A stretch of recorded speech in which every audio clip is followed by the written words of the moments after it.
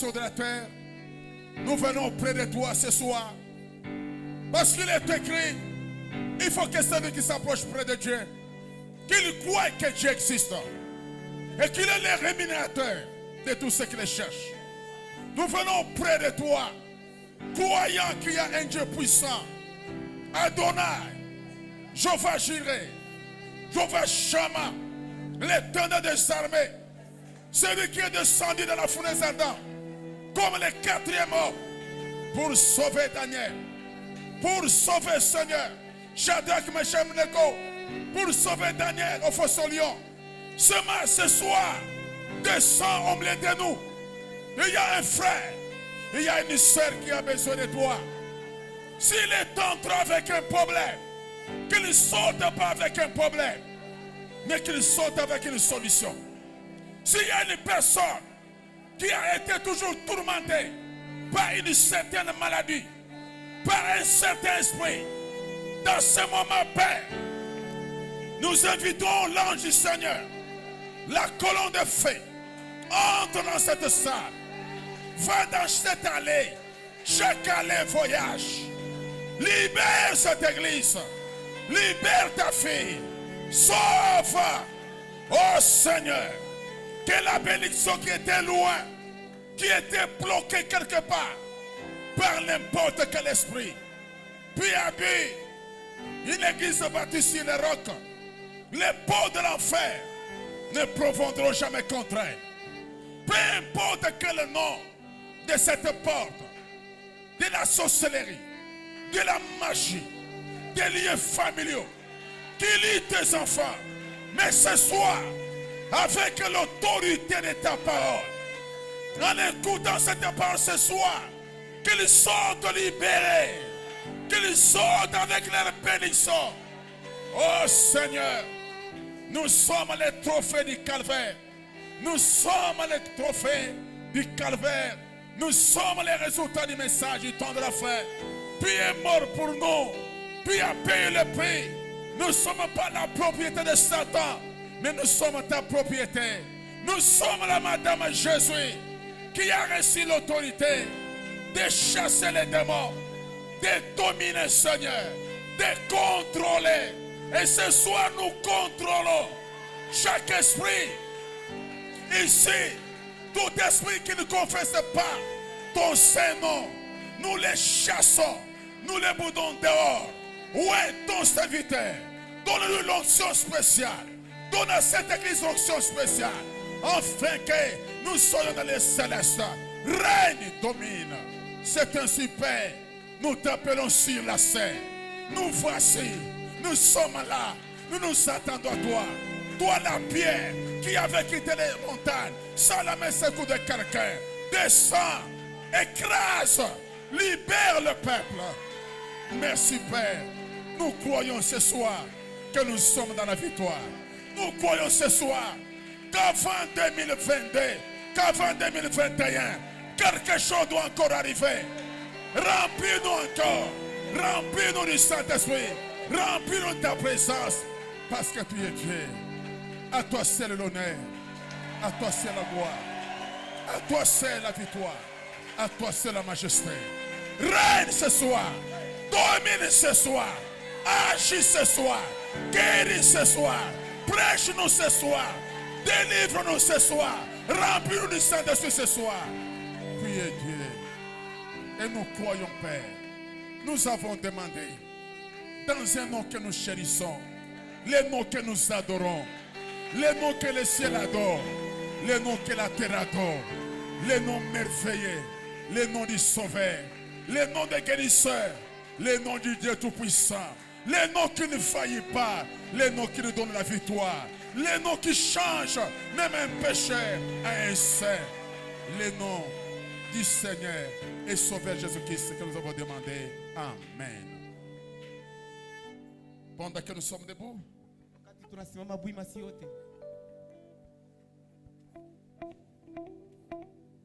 pendant que nous chantons ces cantiques, nous appelons le prédicateur vite.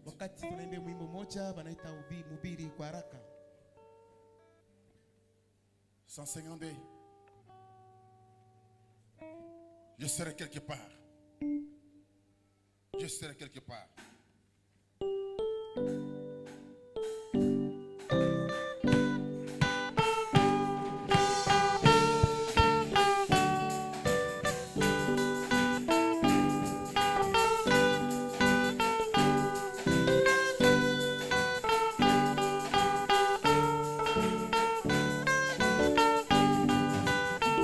Oh, le Seigneur est sauvé.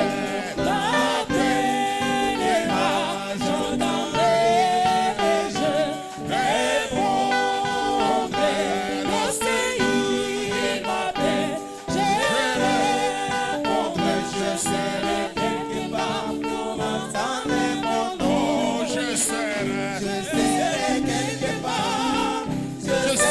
quelque part. Oh, quelque part. Oh, je serai. Je serai quelque part. Oh,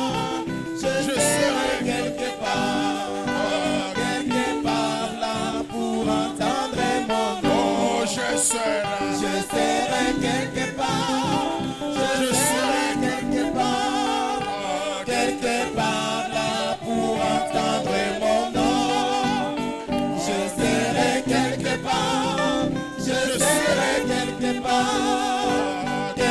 part là pour entendre mon nom. Si mon cœur est droit, il m'appelle. Et si mon cœur est droit, j'entends. Si mon cœur est droit, il m'appelle. Je serai quelque part pour entendre mon nom. Je serai quelque part. Je serai quelque part là pour entendre mon nom. Je serai quelque part. Je serai quelque part là pour entendre mon nom. Amen. Est-ce qu'on peut applaudir pour écouter la parole?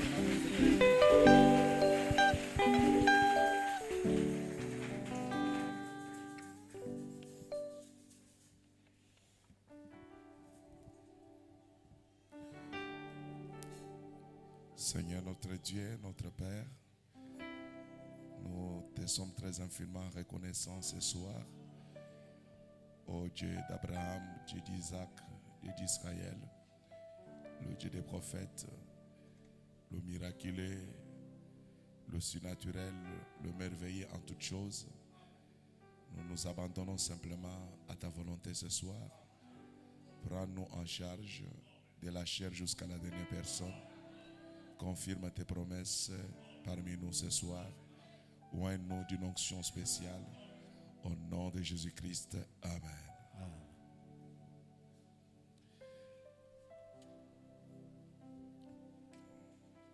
Nous allons lire la parole de Dieu. Genèse chapitre 4, verset 3.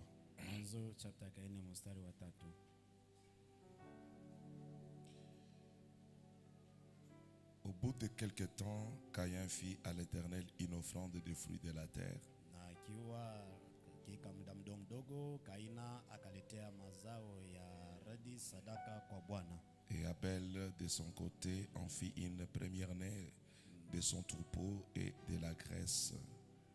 Na Abeli naye akaleta wazao wa kwanza wa nyama wake na sehemu zilizo nano. L'Éternel porta un regard favorable sur Abel et sur son offrande. Na Bwana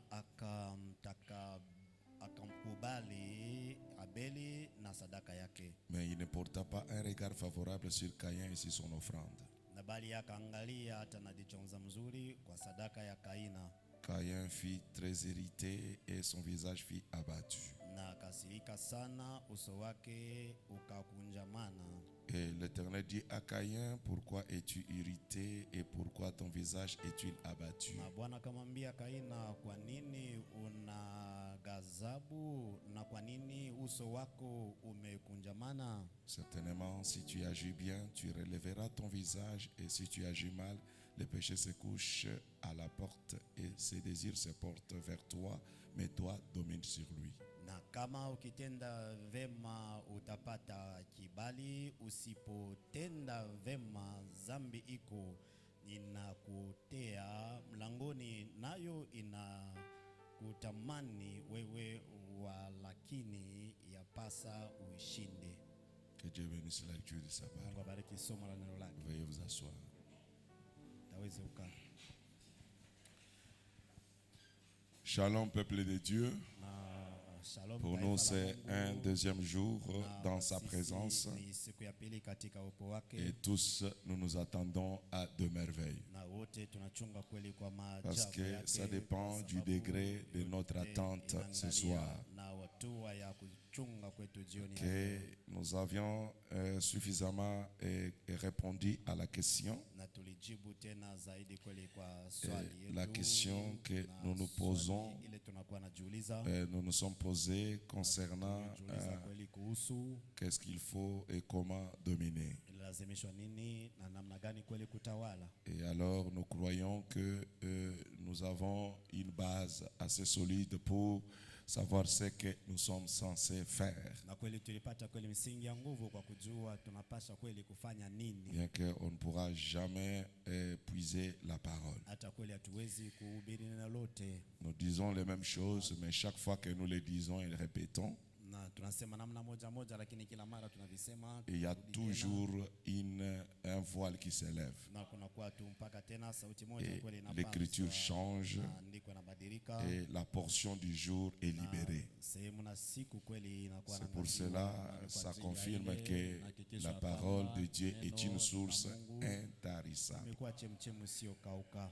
Parce que Frère Branham dit, quand chaque fois que je lis la parole de Dieu nasoma neno la Mungu, et que je répète les mêmes écritures, nasema tena maandiko moja il y a moja, toujours un élément nouveau qui s'ajoute à mon expérience. neno moja nakuwa naongezeka kama mpya kwa Alors, mawazo yangu. Na sasa avant de commencer le sujet de ce soir, sina jioni ya leo, voici les différentes attitudes de notre prophète lorsqu'il gênait. natazameni mahali imeachana kwa ya nabii wetu wakati Quand alikuwa il anafunga gênait, chakula, wakati il alikuwa avait anafunga chakula, toujours cette attitude. alikuwa kila mara tu na ile ama Il dit mtazamo. ceci, Anasema première hivi, attitude, mtazamo wa kwanza, je gêne et j'attends jusqu'à ce que je sente l'onction de l'esprit. nafunga chakula nachunga mpaka wakati tasikia kweli mafuta ya roho. Donc, et chaque fois qu'il gênait, Kila mara alikuwa anafunga il chakula, avait cette attitude, alikuwa il na ile attendait hali, alikuwa anachunga jusqu'à ce qu'il mpaka sente wakati l'onction de atasikiliza l'esprit. kweli mafuta ya roho. Deuxième attitude, Na mtazamo wa pili, je me prépare, je cherche Dieu. tayarisha na natafuta Mungu, Je prie, naomba, je gêne. nafunga chakula. Et généralement, c'est cela la procédure. Katika yote miili imekuwa kama mwenendo. Troisième attitude, Hali ya tatu, je passe mon temps à prier toute la journée. naponda muda wangu kwa kusali kila mchana. Quatrième, Na ya ine, je me mets à gêner environ 3 jours. nakuwa nafunga chakula kadiri siku tatu. Et cela m'élève dans une sphère. Na ile nainua katika mawimbi. Cinquième, Ya tano, si donc les choses ne se passent pas kama ainsi, kweli vitu haviendeke hivi, je vais revenir à l'autre méthode. tarudi kwa mwenendo Je mwingine. gêne toute une journée Nafunga mchana wote et mzima. je demande de l'aide à Dieu. Na naomba kweli msaada kwa Croyons Mungu. que toutes ces choses vont Kama nous vitu accompagner. vyote vitaenda pamoja Nous nasi. avons besoin de l'aide de Dieu Kwa dans n'importe quelle lazima situation Mungu katika hali yote. et nous verrons Na cette tutaona attitude ile accompagner quiconque serait dans les besoins. Taongoza mtu yote alikuwa katika hitaji. Et sixième, Ya sita, je gênais pour que quelque chose de spécial se na produise. nilikuwa nafunga chakula nje ya jambo moja tu ya upekee ipate kweli Donc, kutendeka. nous aussi, nous avons été convoqués par le Saint-Esprit Alikuwa kweli na Roho Mtakatifu au travers de l'autorité kupitia kweli huyu locale. mkubwa tu wa kanisa. Et nous avons fait cela Tulifanya yote parce ile que nous nous kwa attendons sababu tunakuwa à na des jumla moments spéciaux, wakati moja au pekee, à des choses spéciaux vitu vyote vya qui vont upekee, se passer vile avec kweli notre expérience. vitatendeka na onjo wetu pamoja. Est-ce que vous le croyez? Mnaamini? Septième, Ya saba, il dit, je m'attends au Seigneur quand je gêne. sema kweli nakuwa najitoa kwa Bwana na Huitième, wakati nafunga chakula. Ya Il mnane, dit, c'est à ce moment-là wakati yule que je me détache de mon corps nakuwa et mon esprit est élevé. na najitenga na mwili wangu na roho yangu inainuka. Il dit ceci, Anasema hivi, il ajoute encore ceci. anaongeza tena Quand je hivi, gêne, wakati nafunga chakula, il dit, c'est parce que je ne sais pas sababu sijui quand ces genres wakati gani qui sort uniquement par le jeûne et la prière na kuna mapepo mengine atoka tu mpaka viendra maombi na kufunga na à ma maombi. rencontre. Itakuja kule kutana Parce qu'il y a mimi. un genre de démon, Kuna kwa mapepo lui mengine, ne sort que quand vous avez wao jeûné et que vous wanatoka avez wakati prié. mnafunga chakula na Il dit, mnaomba. comme je ne connais pas le moment que cet esprit passera, Ile roho itapita. et c'est pour que ça soit dans une réunion, soir après soir, que ce genre-là arrive, alors je gêne pour que quand il arrivera, qu'il soit bouté dehors et qu'il soit délogé des gens. Et deuxième, il dit, et j'observe, je gêne pour observer la direction de Dieu. J'observe Dieu, je veux qu'il m'indique quelle est la suite. Je fais ceci, mais quelle sera la suite? Parce que je ne me conduis pas moi-même, mais je vais être certain de lui que ce que je vais faire dans la suite, c'est Dieu qui me l'a dit. Voilà pourquoi nous gênons. Et voilà pourquoi William Branham gênait. Voyez-vous, mes chers amis, et il dit encore ceci, et quand je gêne, je suis là simplement en train de m'attendre au Seigneur. S'il a l'instruction, il m'instruit. S'il a une conduite, il me le donne. Donc voilà tous ces éléments mis ensemble. C'est ce que nous voulons observer et expérimenter dans notre temps de jeûne ici ce soir. Amen. Je sais de tout mon cœur que l'onction qui nous gouverne ce soir, c'est l'onction qui était sur notre prophète. Et le même résultat que le prophète a expérimenté, c'est le même résultat que chacun de nous expérimentera. Voyez-vous, mes chers amis, que Dieu vous bénisse, mes chers frères. Alors, ce soir, nous voulons ajouter un élément. Nous voulons ajouter un élément très important et que la parole de Dieu nous recommande. Quel est cet élément? Nous allons directement introduire cela dans les livres, dans le livre de 2 Corinthiens. De Corinthiens chapitre 9, verset 10. Écoutons ce que les Écritures déclarent jusqu'au 12e verset. Et vous allez lire Louis Zégon. On peut partir ensemble même avec Louis Zégon. C'est lui qui fournit de la sémence au semeur et du pain pour sa nourriture. Vous fournira et vous multipliera la sémence et il augmentera le fruit de votre justice. Qui est le fournisseur? Quand nous lisons ces écrits de Paul, nous comprenons que le fournisseur, c'est Dieu lui-même. C'est lui qui fournit les semences. Il fournit les semences aux semeurs. Amen. Il dit, vous serez de la sorte enrichis à tous égards pour toute espèce de libéralité qui, par notre moyen, feront offrir à Dieu des actions de grâce. Alors aujourd'hui, nous allons parler d'un élément très important, les actions de grâce, ou bien le sacrifice d'action de grâce. Et en parlant de l'action de grâce, je donne d'abord le sens de cela. L'action de grâce est une attitude de reconnaissance envers Dieu. C'est une attitude. Donc, c'est l'humeur de de reconnaissance. kuwa kweli na shukrani, C'est un umejua état. kweli ya C'est un kwamba état hali d'esprit. moja ni hali moja ya L'action roho, de grâce ya kushukuru veut tout simplement dire na inamaanisha kwamba l'attitude tazamo de reconnaissance envers Dieu. ya kuwa na shukrani Quand mbele ya vous êtes Mungu. reconnaissant envers Wakati Dieu, unakuwa na shukrani kweli kwa alors Mungu, vous lui sasa offrez le utakuwa sacrifice unamtolea kweli des mazabihu actions de ya grâce. kweli kushukuru. Donc, quand Dieu a fait quelque Na chose pour wakati Mungu toi alikutendea wewe jambo et moja, que vous avez été na émerveillé wewe par ulikuwa kweli l'acte de Dieu dans ta vie, unashangaishwa kuna tendo la Mungu maishani en mwako, guise de kweli reconnaissance, kama shukrani kwa ile, vous dites merci Dieu, utasema asante Mungu, merci Père. asante Baba. Dire merci à Dieu, Sema asante kwa Mungu, c'est l'action de ni grâce. kweli inakuwa ni Vous kumshukuru, lui rendez l'honneur, unakuwa unampatia heshima, vous êtes reconnaissant unakuwa kweli na et à shukuru cause de kwa cela, ajili ya yote ça, ile, ça ile place fazi yake, lorsque vous gênez. na inakuwa na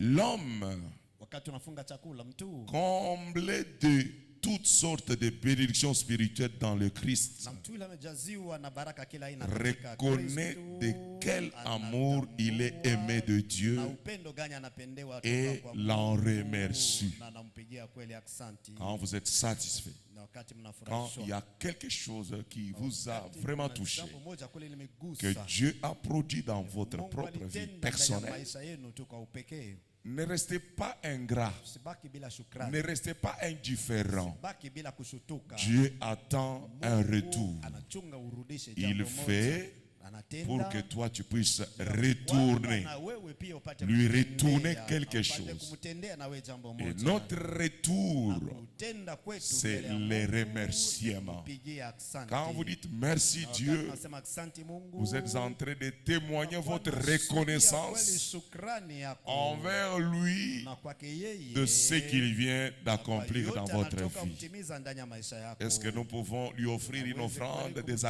acclamations? kweli ya matendo ya kupiga makofi. Vous savez, Najua même les acclamations, hata kweli kupiga makofi c'est une offrande. imekuwa ni zabihu. Voyez-vous, mes chers amis, Naona warafiki, quand vous acclamez là, wakati mnapiga vous makofi pale, n'acclamez pas le prédicateur. amupigie mhubiri Vous makofi. n'acclamez pas vous-même. Nampigia makofi kwa nyinyi Mais wenyewe, en lakini guise de kama reconnaissance. shuku- Vous êtes kushukuru. reconnaissant en Unakuwa Dieu. kweli na shukuru Et vous Mungu. savez qu'il y a bien des choses Unajua kweli kunakuwa que vous vitu devez reconnaître unapaswa ce kweli soir. kutambua kweli Vous jioni savez, ya le leo. fait que toi tu es là, Kwani wewe umekuja tu es là quand hapa, même. Mungu Tu es yuko là. hapa, uko hapa. Il y a bien des gens Na qui sont kunakuwa en train de watu pleurer weko maintenant. nalia sasa hivi. Il y a des gens Na nés kuna le même watu jour que toi, siku moja moja kama wewe, mais ils sont partis. lakini wao wanakufa Mais wanaenda. toi tu es là. Wewe umekuja Tu es hapa, là. umekuja Rien hapa, qu'à cause de cela, kwa ajili je ya dis hii. merci Père. Nasema asante Merci Baba. Dieu. Asante Mungu. Est-ce que je le mérite? Kweli, kweli nastahili. Qu'est-ce que j'ai fait pour que je sois Kweli vivant? nini ndio nipate kuwa mzima. Voilà pourquoi nous lui offrons, Tunakuwa namtolea, nous lui offrons tunamtolea la ama reconnaissance. kushukuru wala Et shukrani. il y a trois types Na des kunakuwa offrandes. mfano tatu ya Aujourd'hui, mazabihu. après Leo, la kisha nouvelle alliance, ya agano mpya, et même avant la nouvelle alliance, mbele agano tu mpya, nous avons trois types des offrandes. mfano tatu tu ya Nous avons l'offrande zabihu. de notre corps. Zabihu ya mwili wetu. Notre corps doit être l'offrande. Mwili wetu unapaswa kuwa kama Nous zabihu, avons sadaka. l'offrande qui est le fruit de nos lèvres. Tunakuwa zabihu imekuwa matunda Et nous ya avons midomo yetu, l'offrande na de tunakuwa biens, zabihu ya mali, c'est-à-dire vyombo, de l'argent maanisha ya ou de hela. biens. Voilà les trois types Wala des vitu offrandes. vyote tazameni aina tatu ya Et zabihu. pour que l'adorateur Kwamba yule mwabudu et que son adoration na soit mwabudu wake agréée, ukubaliwe. chaque fois qu'il se tient dans la présence de Anaposimama Dieu, katika uwepo wa il Mungu, doit venir avec ces trois anapaswa types des kuwa na offrandes. hivi aina tatu ya Votre zabihu. corps doit adorer. Mwili wako unapaswa kuabudu. Votre corps doit offrir les Mwili offrandes. wako unapaswa toa C'est mazabihu. pourquoi vous remarquerez David qui a Utaona maîtrisé ces Daudi principes. alikuwa anatumia ile makanuni. Dieu l'a appelé l'homme selon mon Mwita cœur. mtu ameifanana Parce na moyo qu'il wangu. avait la maîtrise de la Kwani présence de alikuwa Dieu. kweli anajua namna ya uwepo Peu wa Mungu importe alikuwa ce qui anaongoza. lui arrivait dans la vie, Chochote ulifikia maishani il mwake, maîtrisait effectivement alikuwa les anaangalia lois de yote Dieu masheria ya Mungu, en ce alikuwa qui concerne akiishi kwa ile na de kuhusu l'approche, ama de kukaribia. comment s'approcher de Na Dieu. namna gani ukaribia Mungu. Et c'est notre modèle. C'est ce modèle-là que tous les autres ont utilisé.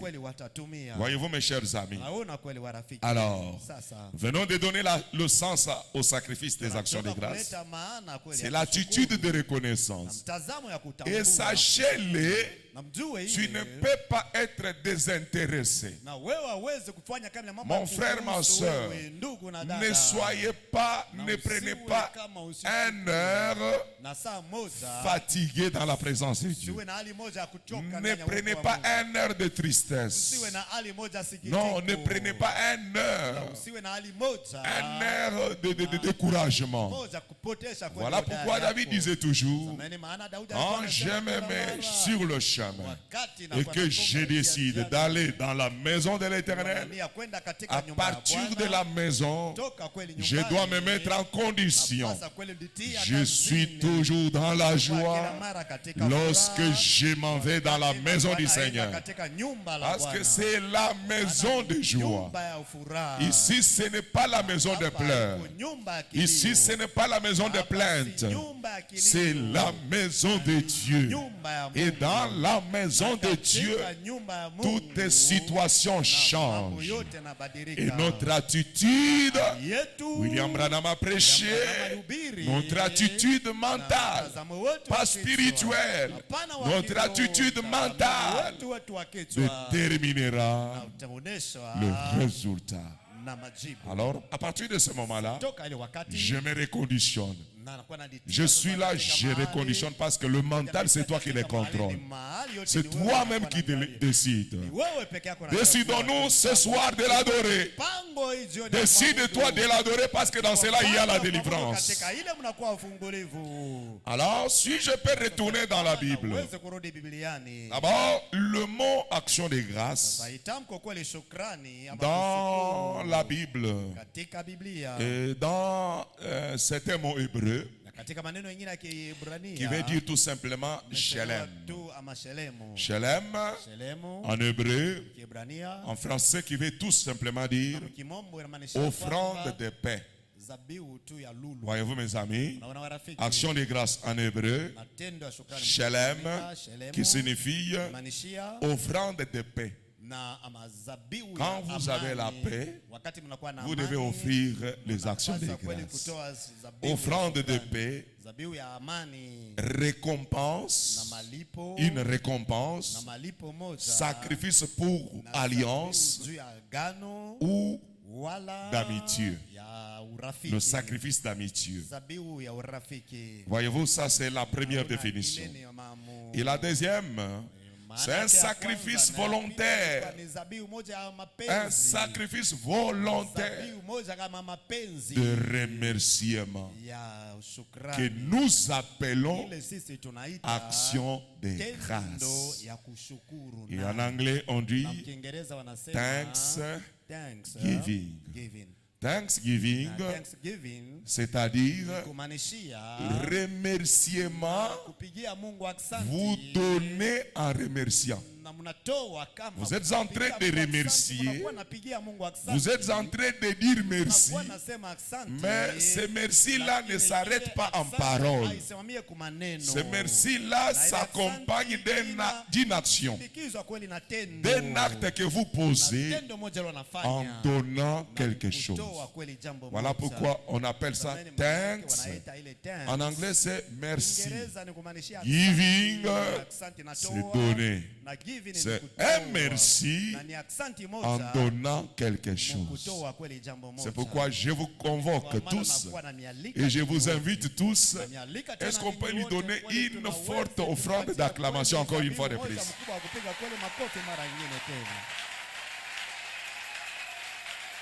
Merci Seigneur. Et en grec, ça veut dire Eucharistie. Eucharistie, qui veut tout simplement dire reconnaissance, action de grâce, remerciement ou bien la gratitude. La gratitude. Venons de lire ici dans 2 Corinthiens chapitre 9. Je le prends dans la version parole vivante. Et là, écoutez ce que le traducteur dit, Pale msikizo ule mtafsiri. au verset 10, c'est lui qui fournit les semences aux semeurs Na yule anatoa mbegu yake et kwa lui yule donne les mpandaji. pains dont il se nourrit. Kati ile anakuwa anakula nayo. Saura aussi vous donner les moyens de semer généreusement. Umepatia mbegu. Saura vous donner aussi les moyens de semer généreusement. Na atampatia naye namna ya kupanda mbegu namna tu na furaha yote. C'est lui qui fera croître cette semence Na yeye atakomesha ile mbegu. et qui la fera prospérer Na atafanya mbegu ipate et kumea. porter des fruits qu'il pourra agréer. Beba matunda ile naweza Ainsi, kubeba. vous serez vraiment riche Mtakuja mtajadilishwa. de tous les biens spirituels et matériels. Mpate kuwa na Donc, ukarimu cet wote. acte-là Na ile tendo ile. fait de vous un homme Fanya riche nini kama mtu de mtajiri. tous les biens Na katika spirituels et matériels. kiroho na Vous vyombo. pourrez contribuer largement à faire le bien Kupata kuendelea kufanya tu chaque ukarimu. fois que l'occasion Kila s'en mara tu présentera. bahati itakuwa inaonekana. Et c'est auquel nous distribuerons vos libéralités, Sisi kweli tutaleta tu mambo yenu kama feront monter vers Dieu na itapanda ile tutatoa kweli de nombreuses prières de reconnaissance. maombi nyingi ya Donc shukrani. ici, selon Paul, Hapa fanana na Paulo. Eucharistie Na ukaristi veut dire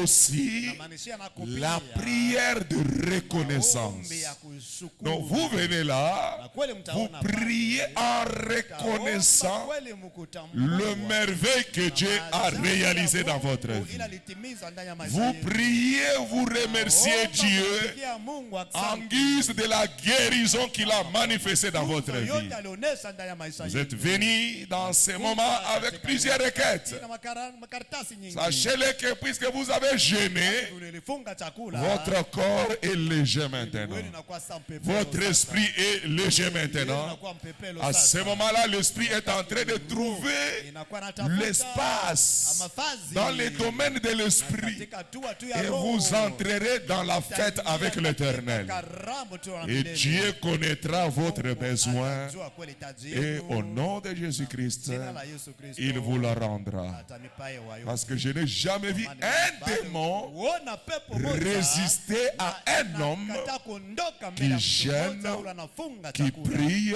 Anasali. et qui a la foi. Amekuwa na imani. C'est le dernier recours. Ama imekuwa kama tendo C'est-à-dire la quand vous mwisho. avez déjà prié Unaweza ordinairement, kuomba tu hivi quand vous wanaomba. avez déjà eu des Unaweza visions, kupata ono moja. mais ça résiste, mes chers frères. Ule mapepo Le yanakataa dernier kuomba. recours, mes amis, Nguvu ya mwisho lorsque ya vous vous engagez à gêner Toa kweli et à prier le Seigneur Sali kweli Bwana. avec la foi là-dedans, Mali yote pale ndani. aucun démon ne peut Mbona hata résister. moja hawezi kusimama. Parce que les disciples posèrent la question à Wafuasi Jésus. walikuwa wanauliza Yesu swali. Pourquoi n'avons-nous pas pu les Mbona sisi chasser? hatukuwezi kuwafukuza? Jésus dit, à Yesu cause de votre kwa ajili incrédulité. ya kutokuamini Mais kwenu. ces genres de démons Pepo kama haya ne s'en vont que lorsque vous avez gêné et lorsque vous avez prié. na wakati mnaomba. Et là, nous sommes dans le chemin du devoir. Tumekuwa katika njia Et c'est ya ce que toi tu as mapaswa, fait, c'est ce que nous na avons ile fait. ulifanya na ile mimi Je nafanya. sais que l'atmosphère sera glorieuse Hali au-dessus de itakuwa vous ce utukufu soir. juu yenu jioni ya leo. Amen. Amen. Dieu va vous l'accorder ce soir. Atamipewa kweli jioni ya Dieu leo. est appelé à vous rendre des riches Anaitwa kweli mfanya mitajirisha pour que vous nyingi, ayez de quoi donner. kwani mpate kupata chochote njoo kwa Alléluia. Alléluia. Et au verset 12, il est dit, Na hapa nasema en kwa effet, kwa hivi ce service inspiré par l'amour kazi kweli nasurutishwa kweli tu ne pourvoira pas seulement aux besoins du peuple de Dieu. kutayarisha kwa taifa la Mungu. Il sera encore la source Na itakuwa kama chemchemu de riches bénédictions ya baraka ya en utajiri. suscitant de ferventes prières de Musa reconnaissance kweli maombi ya nguvu ya Eucharistie shukrani ya maukaristi shukrani envers Dieu. kwa Mungu. Donc quand toi tu donnes, Wakati unatoa la personne qui reçoit, na mtu anapokea, il dira, oh merci Père. sema asante Bwana. Seulement dire merci Père. Sema tu asante Baba. C'est-à-dire, il a parlé en ta faveur. Anasema kweli kwa faida yako. Oh, merci Père. Asante Merci Baba. pour ta fille. Asante njoo ya Merci binti wako. pour ton fils. Asante njoo ya mwana wako. C'est pourquoi Que Dieu nous délivre ce soir Kwa maana Mungu atufungue de jioni ya l'esprit leo africain na roho ya Kiafrika qui vous rend ile inafanya égoïste. watu wa kujipendelea Que wachoyo. Dieu délivre Mungu chacun de nous ce afungue soir. kila mmoja wetu jioni ya leo. L'égoïsme Na choyo ne vous avantage en rien. faida hata kidogo, amisaidia hata kidogo. Ça vous garde dans une condition Inamichunga mwali mmoja d'imperfection. ya kukosa ukamilifu. Vous ne saurez jamais se perfectionner. Hamtajua hata kidogo kwenda mpaka kwa ukamilifu. Et vous ne goûterez jamais les bénédictions du ciel. Na mtapima hata kidogo baraka za mbingu. Lévitique chapitre 7, nous commençons par là. Chapter ya 7 tunaendelea Je pale. commence. Na naanza. Pour vous qui prenez des notes, Kwa nini mnakuwa naandika? Lévitique 7, verset 11. Walawi 7 mstari wa 11. Voici la loi du sacrifice d'action de grâce Natazameni ya masheria ya zabihu ya qu'on shukrani, offrira à ile l'Éternel. watatoa kweli kwa milele. Voici la loi du sacrifice. Tazameni C'est kweli une loi. kama sheria ya C'est un zabihu. principe. Nimekanuni, Voici la sheria loi kanuni. du sacrifice d'action de grâce Tazameni kweli sheria ya zabihu qu'on watatoa offrira à shukrani, qui? ile watatoa kwa À nani? l'Éternel. Kwa Bwana. Qu'on offrira à qui? Watatoa kwa nani? À l'Éternel. Kwa Bwana. Réveillez le frère qui dort là. Amusha ndugu Je ne pense pas que quelqu'un qui a gêné peut dormir. nafikira kwamba mtu yule analala tu, Peut-être il a alifunga mangé. chakula, marina alikula chakula ule. N'est-ce pas vrai? Ana vile, ana kweli. Quand quelqu'un gêne le sommeil, il Wakati fuit. mtu anafunga chakula usingizi Amen. unakimbia. Peut-être il a bu quelque chose. Marina alikula kitu moja. Voilà pourquoi il sommeille. Tazama kwa maana anapata saa usingizi. Amen. Amina. Nous venons de dire Tutatoka kusoma que c'est une loi kwamba ni sheria. qui veut tout simplement l'action de grâce comme nous l'avons intitulé Tendo shukrani kama vile tunatoka et mkuita. signalé dans notre propos. Na tunaenda tu Le masemo sacrifice, c'est un sacrifice de paix, Zabihu inakuwa ni zabihu ya imani. sacrifice de prospérité. Zabihu ya kustawi. Donc si tu veux devenir prospère, Unapenda kustawi, apprenez à donner plusieurs fois les actions de na grâce. wewe ujifunze kutoa mara nyingi ile tendo ya C'est un shukrani. sacrifice de communion. Na imekuwa ni zabihu ya kushiriki. C'est un sacrifice de Ni zabihu ya pacification. salama kweli. Au verset 12, Mstari 12, si quelqu'un l'offre par reconnaissance, kama mtu kweli anafungua kweli kwa shukrani. l'action de grâce, c'est une reconnaissance. Kama kutambua kweli ni kama Si quelqu'un l'offre par reconnaissance, anafungua kwa ajili ya shukrani. voici maintenant ce que ça stipule. Ndipo sasa mtazame ile Les nafaka, conditions. ndipo makanuni. Il offrira avec le sacrifice d'action de grâce. Ndipo atakaposongeza pamoja na hiyo sadaka Si ya shukrani. quelqu'un l'offre par reconnaissance, Kama mtu anatoa kweli kwa shukrani, il offrira atakaposongeza avec le sacrifice pamoja d'action na de hiyo grâce sadaka ya shukrani, des gâteaux sans levain pétris à l'huile, isiyotiiwa chachu, des galettes sans levain arrosées d'huile, pigwa tu pia mafuta, des gâteaux de fleurs de farine frétris et pétris à l'huile. unga kweli, mkate na unga. C'est ça la condition, mes chers frères. Bila mafuta. Ça, c'est dans l'ancienne alliance. Nune kama mule mwaka La wa kale. condition était que Kazi ilikuwa kwamba chaque fois que vous serez reconnaissant envers l'Éternel, kila mara kweli utakuwa na shukrani kwa milele. comprenez par là, mes chers amis, Naelewa pale warafiki. que pour tout bien que Dieu fait dans notre Matendo vie, yote Mungu anafanya maisha yetu. nous devons lui offrir la reconnaissance. Mpatia kweli shukrani. C'est la vérité. Na ni kweli. C'est comme ça que vous avez compris. Na ni kwa maana mnaelewa. Amen. Amina. Pour tout bien, Juma tendo tu yote te mazuri. réveilles le matin, Unaamuka tu asubuhi. te sens bien en bonne santé, Sikia katika afya tu te njema. sens relaxé. Najiona mtu Tu anakuwa dis mzuri. merci Seigneur. Nasema asante Que Bwana. les merci ne s'arrêtent pas dans la Usiwaambie bouche. tu kinywani, Voilà mdomoni. pourquoi il y a les offrandes du Tazameni, matin, maana yake alikuwa mazabihu ya asubuhi. il y a aussi les offrandes du soir. Pia mazabihu ya jioni. Chaque fois que tu te lèves le Mara matin unaamuka asubuhi. et tu dis merci Nasema Seigneur, asante Bwana. il y a les offrandes que vous devez Mazabihu faire yanapasa accompagner kweli kusindikizwa ce remerciement-là. na ile mashukrani yote. Et c'est ça le secret Inakuwa kama siri des Juifs. ya Wayahudi. Et c'est ce qui fait que Na linafanya kwamba la première puissance, na uwezo wa kwanza le plus béni de la terre, na nchi imebarikiwa dongoni c'est la descendance d'Abraham, na ni kizazi kweli cha Abrahamu charnel. wa kimwili, soit c'est le juif, wala ni Wayahudi, soit c'est les arabes. wala ni Waislamu. Regardez maintenant, observez-le bien. Mwangalieni Soit c'est les juifs, wala ni Wayahudi, soit c'est quoi? wala nini Les arabes. Waislamu. Je ne vois pas Msione un Africain jusque-là Mwafrika mpaka hapa tu qui est plus riche. amekuwa mtajiri. Plus riche par rapport à nous, oui. Tajiri kuliko tu Il y en a. fulani hakuna.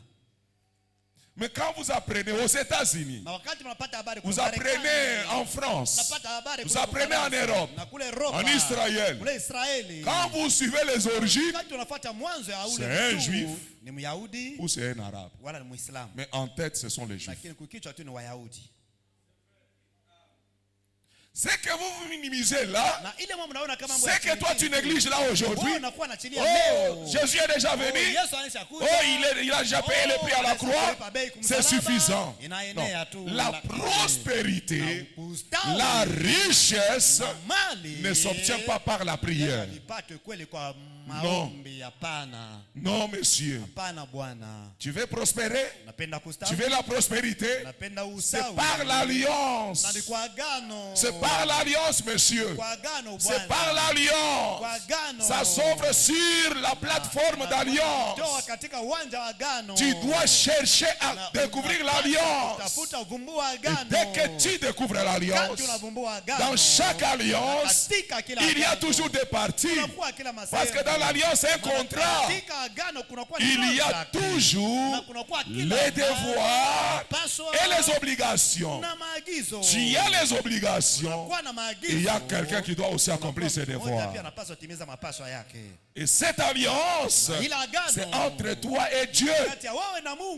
C'est l'alliance que Dieu place pour que tu découvres ce que ça stipule. Et tu découvres les conditions et tu t'appropries ces conditions-là. Dès que tu appliques, lui aussi, il fera sa part. Est-ce qu'on peut dire un amen à cela? Est-ce qu'on peut dire amen à cela? Est-ce qu'on peut dire amen à cela? On a découvert qu'un pauvre ne peut pas dominer, n'est-ce pas? Nous sommes dans les derniers jours, les jours où Dieu doit relâcher l'enrichissement surnaturel. Nous avons expliqué qu'il y a deux sortes de richesses. Il y a les richesses injustes et il y a les vraies richesses. Et les vraies richesses se trouvent au ciel. Mais comment arriverai-je à recevoir la vraie richesse? La condition, je dois être fidèle dans les richesses injustes. Et en quoi consiste la fidélité? Dans les conditions de l'alliance. En accomplissant toutes les lois. Merci Seigneur. Merci Seigneur. Voilà pourquoi tout le temps tu dois dire merci Père. Et Dieu aime ça. Évoluons. Voyez-vous mes amis, vous me permettez d'évoluer? Oh Seigneur. Et regardez, nous sommes au verset 12. Vous remarquerez que en ce qui concerne la loi mosaïque, pour une étude profonde et sérieuse, nous subdivisons la loi en trois parties. Première partie, c'est sacrificiel. Deuxième partie, c'est cérémonial. Amen. C'est cérémonial. Nous avons subdivisé cela en trois parties. Donc sacrificielle, cérémoniale et morale. Et morale. Quand nous disons qu'il y a des lois qui sont déjà parties, il faut savoir c'est quelle catégorie qui est déjà que nous ne pouvons plus appliquer aujourd'hui. Parce que la loi mosaïque se subdivise en 3 grandes parties. Première loi, première partie de cette loi, c'est cérémonial. Les cérémonies, les fêtes. Voyez-vous mes amis, les fêtes. Voyez-vous, il y a des fêtes que nous ne faisons pas, que nous ne pouvons pas faire nous en tant que des païens. Est-ce que vous me saisissez? Cérémonial. Voilà ce que nous avons dit des fêtes. Il y a plusieurs fêtes. Nous avons morale en ce qui concerne la vie. Aujourd'hui, en ce qui concerne l'adultère, ça n'a pas changé mes amis. Est-ce que vous vous retrouvez? Est-ce que ce que Dieu a interdit à Moïse le permet aujourd'hui? Non. Si tu prends la femme d'autrui, jusqu'aujourd'hui, c'est condamné par la parole. Dans le temps de la grâce. Est-ce que c'est la vérité? Si c'est la vérité, vous direz Amen. Voilà, il faut étudier bien la parole. Mais je ne vais pas perdre mon temps là-bas parce que nous n'avons pas assez de temps. Maintenant, dans les niveaux de sacrifices, il y a des sacrifices que nous ne pouvons pas faire. Il y a des sacrifices que nous sommes appelés à faire. Et vous remarquerez que le sacrifice d'action de grâce est lié à la partie de la loi sacrificielle. Et vous remarquerez que les actions de grâce ont un caractère spécial. Les actions de grâce, personne ne peut les changer. Même Jésus lui-même, il n'a pas changé cela. Il a au contraire appliqué les actions de grâce. Parce que les actions de grâce engagent l'adorateur envers son Créateur.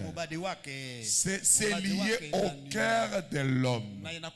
Quand le cœur est reconnaissant, quand le cœur de l'homme est reconnaissant, vous voyez que chacun de nous a un cœur ce soir.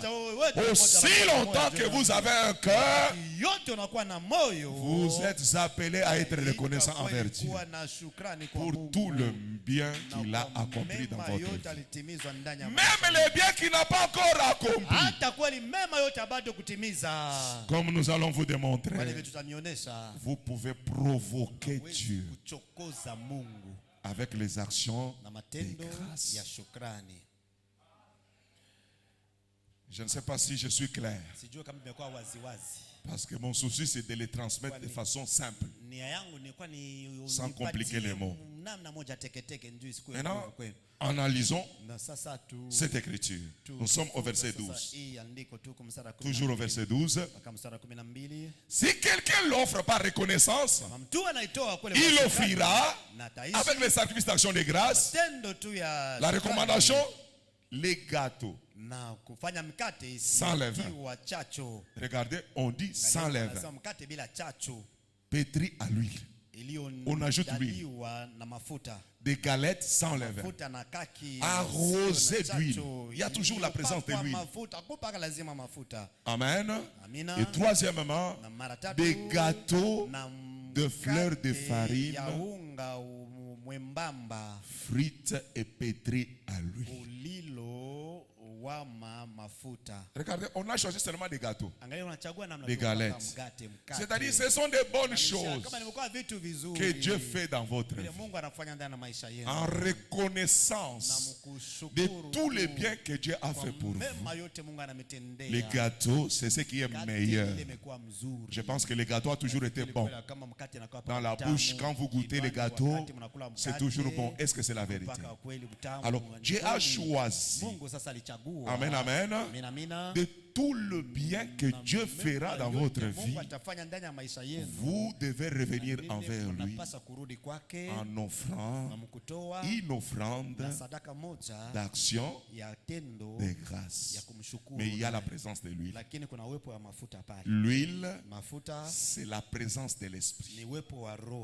Pour dire que tout doit être agréé. Vyote vinapaswa kubaliwa. Sans l'intervention du surnaturel, Bila kweli ule usaidizi wa ule mtu wa juu asili, l'offrande ne sera jamais agréée. zabihu haitakubaliwa hata kidogo. Il faut l'intervention de Misha l'Esprit. kweli Il usaidizi faut l'intervention de wa roho Dieu. na misha usaidizi wa Mungu. Amen. Amina. Il faut l'intervention de Misha Dieu. usaidizi wa Mungu. Voilà pourquoi, mes chers amis, Maana yake ndugu warafiki nous voyons dans Psaume 50, tunaona katika Zaburi ya Psaume 50, Zaburi ya 50 au verset 14. sura ya 14. Et qu'est-ce que la Bible dit là-bas? Ile nasema nini pale?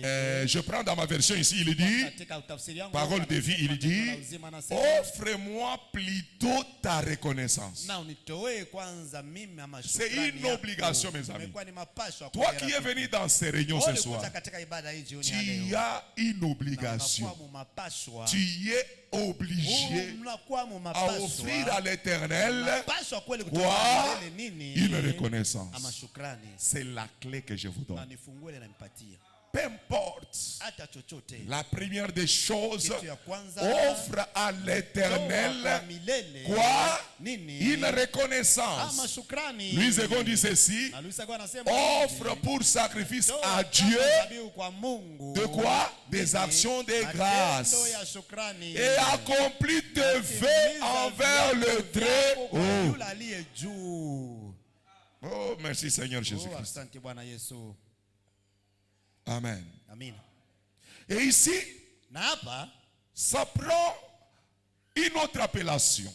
chukua tu ama mwito mwingine. En hébreu ici, Kiebrania hapa on ne le traduit pas par Shelem, na waitafsiri kama Shalemu, mais ici, on le traduit par Toda. na hapa wanaitafsiri kama Tora. Toda. Tora. Toda, Na Toda qui veut tout simplement dire inamaanisha tu merci. asante. Merci Père. Asante Baba. Vous voyez, Naona chaque fois que toi tu dis merci, kila mara unakuwa nasema tu asante, bloques, tu provoques les surnaturels. kwa nachokoza Mungu. Parce qu'il attend ça. Kwani anakuwa anachunga. Il attend ça de chacun de nous ce soir. Anachunga ile kutoka kila mmoja wetu jioni ya leo. J'ai des problèmes. Ninakuwa na mambo. Oublie ton problème. Sahau mambo yako. J'ai des requêtes. Nimekuwa na karatasi. Oublie ta Ya requête. sahau kwanza. La ile karatasi. première de clé, Kitu ya kwanza kama c'est funguo. les actions de Matendo ya grâce. kushukuru. C'est une clé Ni funguo moja mystérieuse. na siri. Amen. Amen. Toda, Toda. qui veut tout simplement Na dire, inamaanishia tu. c'est le dérivé du mot Yoda. Na inatoka kwa ile neno Yoda. Vous êtes en train de faire une confession Unakuwa na kiri. en élevant les mains Na mkuinua mikono yenu. avec adoration. Na kuabudu. Voilà pourquoi nous élevons nos mains. Na tazameni kwa maana sisi tunainua mikono Nous yetu. élevons nos mains Na tunainua mikono yetu. quand nous adorons le Na Seigneur. wakati tunapenda. En élevant les mains, Na tunainua le mikono fait yetu. simplement d'élever tes Na mains kwa là, kuinua tu mikono yako ile. vous engagez votre corps Unakuwa natoa mwili wako. dans une direction. Na katika mwenendo moja fulani. Il y a beaucoup de réalités, mes amis, dans la spiritualité. Même votre posture hata tu mwili wako est réclamée dans le surnaturel. naombewa tu katika Il dit, ile vous levez les mains na mnainua mikono en yenu avec adoration, kwa inaabudu yote et pas simplement avec adoration, et remerciement. na mashukrani Du haut des cieux, Dieu attend cela. mbinguni Mungu anachunga Dieu hili. t'observe sur la terre ce Mungu soir. anakuangalia udongoni Est-ce que mon fils m'adore? Il va s'intéresser même aux postures, Angalia hata mwili wako même à ta manière de faire les namna choses yako ya kutenda vitu physiquement. katika mwili wako. Maintenant, Yeah? imagine-toi, Jifikiri tu les autres adorent, wengine wanabudu, toi tu sommeilles. wewe unakuwa Il na voit. usingizi. Yeye anaona, Il voit. anaona. Il n'a pas compris. Sijaelewa Dans ma présence, katika upo wangu. quelle est son attitude? Na hali Voilà yake pourquoi ni Frère gani? Branham vous dit Tazameni toujours maana yake ndio Branham anasema kila l'attitude mara, mtazamo mentale ya kichwa tu correcte ile imekuwa sawa, détermine inaonyeshwa les résultats. na majibu, itaonesha majibu.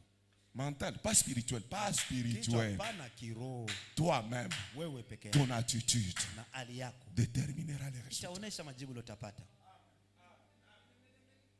Amen. Amina. C'est la base, hein? Ni misingi. Vous allez découvrir qu'il y a beaucoup de choses Mungu là-dedans. kunakuwa vitu nyingi pale juu. Amen, peuple de Dieu. Amina, ndugu taifa la Mungu. Nous avons vu qu'il y a 3 dimensions. Tuona kweli kuna matua matatu. Première dimension, c'est des remerciements. Hatua ya kwanza kupiga Deuxième, asante. c'est de la paix. Ya pili ni Et troisième, amani. c'est la célébration. Na tatu kweli ni kushangilia. Amen. Amina. Quand je dis Wakati Amen, tunasema amina. la Bible dit, le Seigneur déclare, Anasema yule vous mtamfanyaji louez anasema, Dieu. mnatukuza Mungu. Quand je dis Amen, Anasema amina. à haute voix, je loue Dieu. Wote natukuza Mungu. Mais ça ne doit pas s'arrêter kusimamia dans le fruit de l'œuvre. matendo tu ya midomo. Le corps doit être Mwili engagé. nayo inapasa kweli kujitolea. Voilà pourquoi tu dois lever les mains. Unapasa kuinua mikono. Merci Seigneur. Asante Bwana. Ayez l'habitude de Muje faire na ça. ile desturi ya kufanya ile. Parce que posez-vous la question. Mjiulize kwanza swali. Élie, après avoir fermé le ciel pendant 3 ans et demi, Mbingu masiku 3 na nusu pour akasema. ouvrir le ciel afin que la pluie tombe sur la terre. Mvua ipate kuanguka udongoni. Quelle était sa position? Nafasi yake ilikuwa fazi yake. Connaissez-vous sa position? Nafasi yake. Il a pris sa tête, Alichukua kichwa yake. il l'a mis entre ses deux, Alitia kati ses ya deux jambes. miguu yake. Posez-vous la question, mais pourquoi seulement cette position-là? Swali, mbona tu ile Or, quand ile quelqu'un nafasi? fait ça, Wakati mtu il anafanya doit être hivyo, dans quelle position? anapaswa kuwa mfazi gani? Il s'humilie. Anajinyenyekeza. Il s'est humilié. Anajinyenyekeza. Il s'est humilié. Anajinyenyekeza. Il s'est humilié. Anajinyenyekeza. Il a dit, je ne peux pas Anasema, attirer le surnaturel. kweli kokoto mtu Parce que ajua j'ai asili. fait tout selon ta parole. Yote fanana neno Maintenant, lako. je m'humilie devant ta Sasa parole. najinyenyekeza mbele ya neno lako. Le ciel s'est ouvert. Mbingu ikafunguka. Alléluia. Haleluya. Est-ce qu'il y a quelqu'un qui peut dire Amen à la parole? Amina kuneno. Amen. Amina. Amen, mes amis. Amina Dieu warafiki. s'intéresse à ta Na position. Mungu anaangalia kufazi namna ile Dieu unasimama. s'intéresse à la position, mes amis. Anaangalia msimamizi wako rafiki. Voilà pourquoi nous, dans les messages, Sisi katika ujumbe les 2 positions que nous na connaissons, mavazi mbili ile tunajua c'est à genoux ni magoti et les mains levées. na mikono ikuwa juu. Mais il y en a plusieurs. Na imekuwa nyingi lakini Amen. amin. Il y en a plusieurs. Imekuwa nyingi.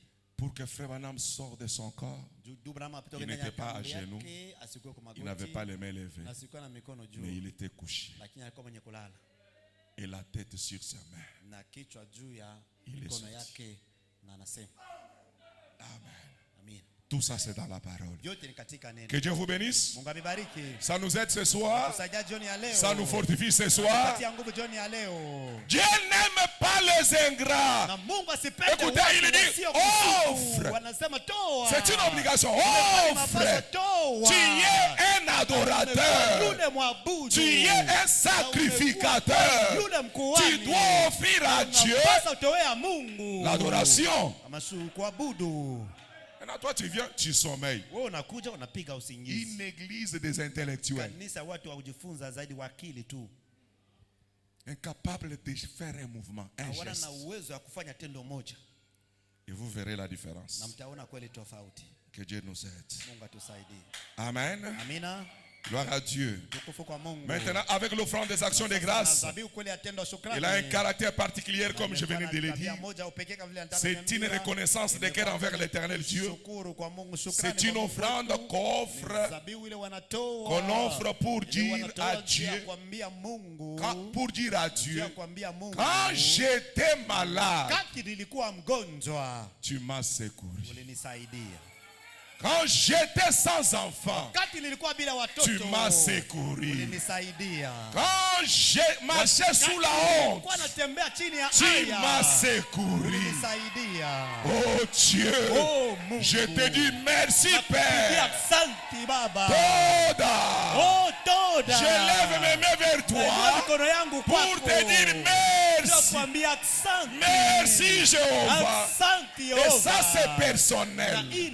C'est individuel. Imekuwa tu ya upekee.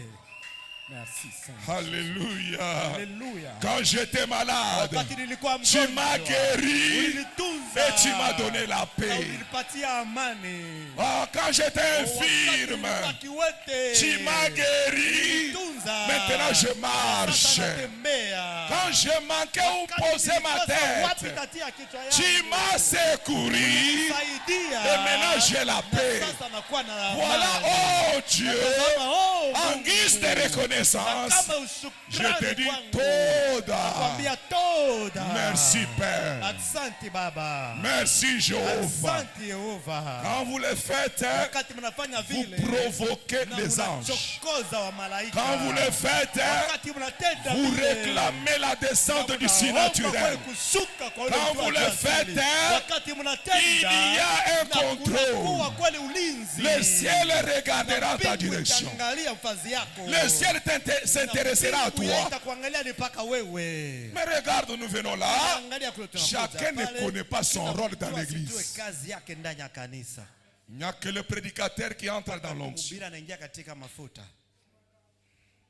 Quand il gesticule, il dit mais comment il bouge trop comme Na ça? wakati anacheka tenga namna gani Attention, anakuwa anacheka chaque vile. mouvement Kila mkeba a kila une mwenendo réalité.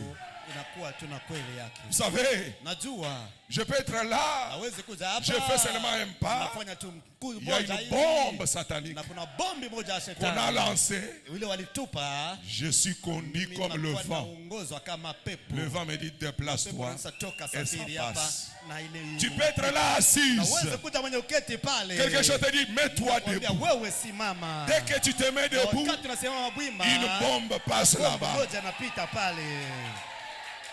C'est pourquoi Meda Ni kwa maana Meda a dit à frère Branham, onyesha ndugu Branham, pendant que tu na prêchais, wakati ulikuwa na ubiri, j'ai senti na qu'il nilisikia fallait faire quelque chose. nitende jambo moja, Mais j'ai eu lakini honte. nilikuwa na haya. Nous n'avons pas reçu un esprit de timidité Hatukupokea roho ya oh là là, dhambi pour être dans my, l'esclavage. katika utumwa. Mais nous avons reçu Tulipokea un esprit d'adoption roho ya utiliwa par kama mwana. lequel Na wakati nous crions na sisi Abba, Abba, Baba. Est-ce que vous pouvez lui offrir l'offrande d'acclamation? Kweli kupiga kweli makofi. Ça va monter. Si sana. Si sana. Ça va monter. Itapanda. Hey. Hey. Dans la dimension, Katika matua votre ange na malaika est en train wengine d'être provoqué. na eko na chokoziwa.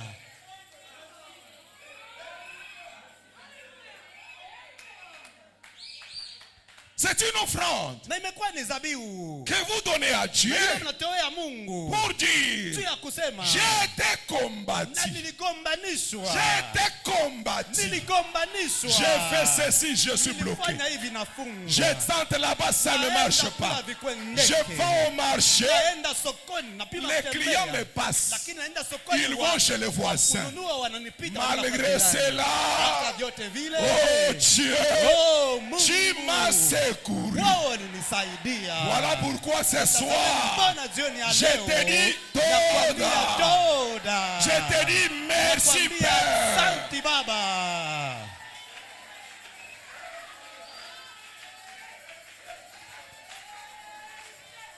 Je n'adorerai jamais à ta place. Na siwezi kuabudu hata kidogo pafazi yako. Ni ton pasteur n'adorera à ta place. Wala pastore uweze kuabudu pafazi yako. Si tu veux que Dieu te visite, Napenda kweli Mungu comprends akutembelee. qu'il attend que toi tu Elewa bouges. kweli anachunga wewe upate kutenka.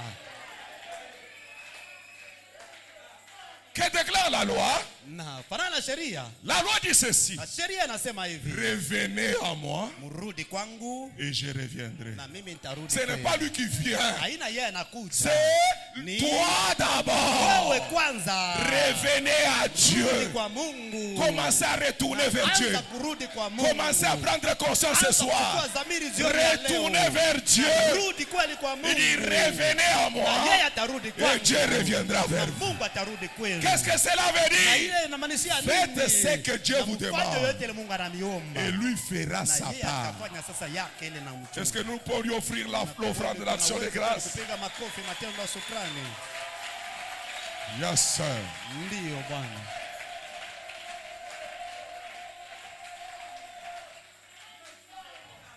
Ça, c'est la clé des clés. Hii ni funguo ya mafunguo. J'aimerais vous informer, c'est la clé Napenda passe partout. kupaswa habari. Ni funguo inafungua milango yote. Même les deux fils d'Achiraj, Hata wale wana wawili est-ce que vous savez comment ils ont reçu la Namna chose? gani walipokea ile kitu? C'est l'action de grâce. Tendo ya shukrani. Le $20. ile dola 20. Le $20. Dola 20. Les $20 Dola 20 a provoqué un changement dans la maison d'Aturite. kweli shukrani ama baraka ndani ya nyumba ya Tirite. Le $20. Dola 20. L'action des Tendo grâces. shukrani. En guise de Kama reconnaissance. kweli shukrani utukufu. Frère Branham veut même rembourser les $20. Cette Anarudisha dame dola n'a 20. pas une belle vie. Na ule mke ana maisha Elle souffre. nzuri, anatesa. L'ange lui dit, stop, arrête. Toi aussi, Branham. Branham, na wewe Tu exagères. nazidisha kabisa wewe. Pourquoi tu veux marcher à l'encontre de mes principes? Wewe unapinganisha makanuni yangu. Et il a eu peur. Alishikwa na oga. Vous ne savez pas qu'il a commis des erreurs. Il en a commis plein.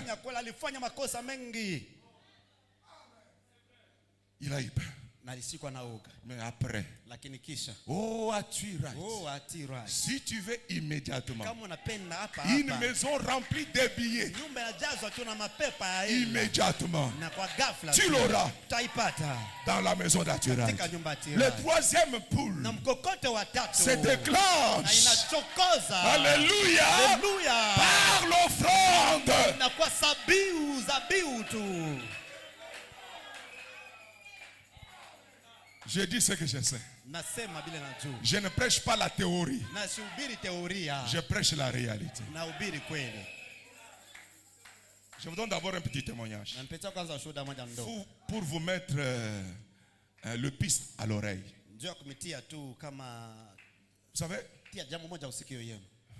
quand le pasteur Salem dédicace son temple, Na wakati pastori Salem alikuwa anatoa sasa hekalu yake kwa Mungu.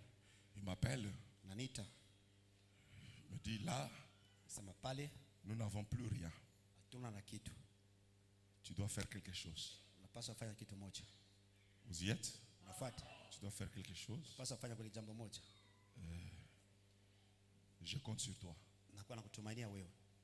J'ai dit à mon épouse, Naonesha biharusi wangu et les enfants étaient avec moi à Kinshasa. na watoto walikuwa na mimi kule Kinshasa. J'ai dit, Nasema en entre-temps, il y avait un grand besoin. na kwa hivyo kulikuwa hitaji moja mkubwa. Je dois payer les loyers en Europe. Napasa kulipa nyumba kule kwa Europa. Ce 1500 euros, Kama ni 1500 ya hiyo. puisqu'ils étaient ici, Kwani walikuja il n'y hapa. avait pas ajouté la caution pour les autres besoins. Hawezi kuongeza tena makuta mengine njoo mahitaji mengine. Mais il y a un besoin ici. Kuna nyumba moja hapa. J'ai dit, mon épouse, Kisha bibi harusi wangu, je veux que tu expérimentes. napenda sasa upate kuonja Le peu que nous avons, kidogo hii tunayo, nous allons donner ça. tutaitoa. Ça ne suffisait même pas le loyer. Na kwenye hata kulipa nyumba. Nous allons donner ça en sacrifice d'action de grâce. Tutatoa hii kama zabihu ya tendo ya kushukuru.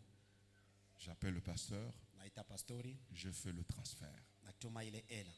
Et ça peut permettre de nourrir tous les invités. Ilimruhusu kwenda lishe waliko wake wote. Et c'était le samedi. Ilikuwa ni Jumamosi Et mposhi. maintenant, j'ai dit à mon épouse, Sasa kwa sababu harusi wangu là, il faut que Dieu fasse quelque chose. lazimisha Mungu atende jambo moja. J'arrive à l'église. Nafika kwa kanisa, J'ai dit à l'église, nasema kwa kanisa, nous devons soutenir la dédicace. tunapaswa kweli kusaidia toleo. Provoquons Dieu. Tuchokoze Mungu. Nous avons besoin Tunakuwa lazima de autant d'argent. ya hela yoyote, wingi wote. L'église ont cotisé, Kanisa walichanga, ils ont cotisé. nachanga, fanya Mais mchango. moi, j'avais un montant Mimi que nilikuwa j'avais na fixé. wingi moja ule nilikuwa Et nafukuza. dans ce montant-là, Katika ile hela ça me permettait itaniruhusu de ni finir nimalize mes problèmes. mambo yangu.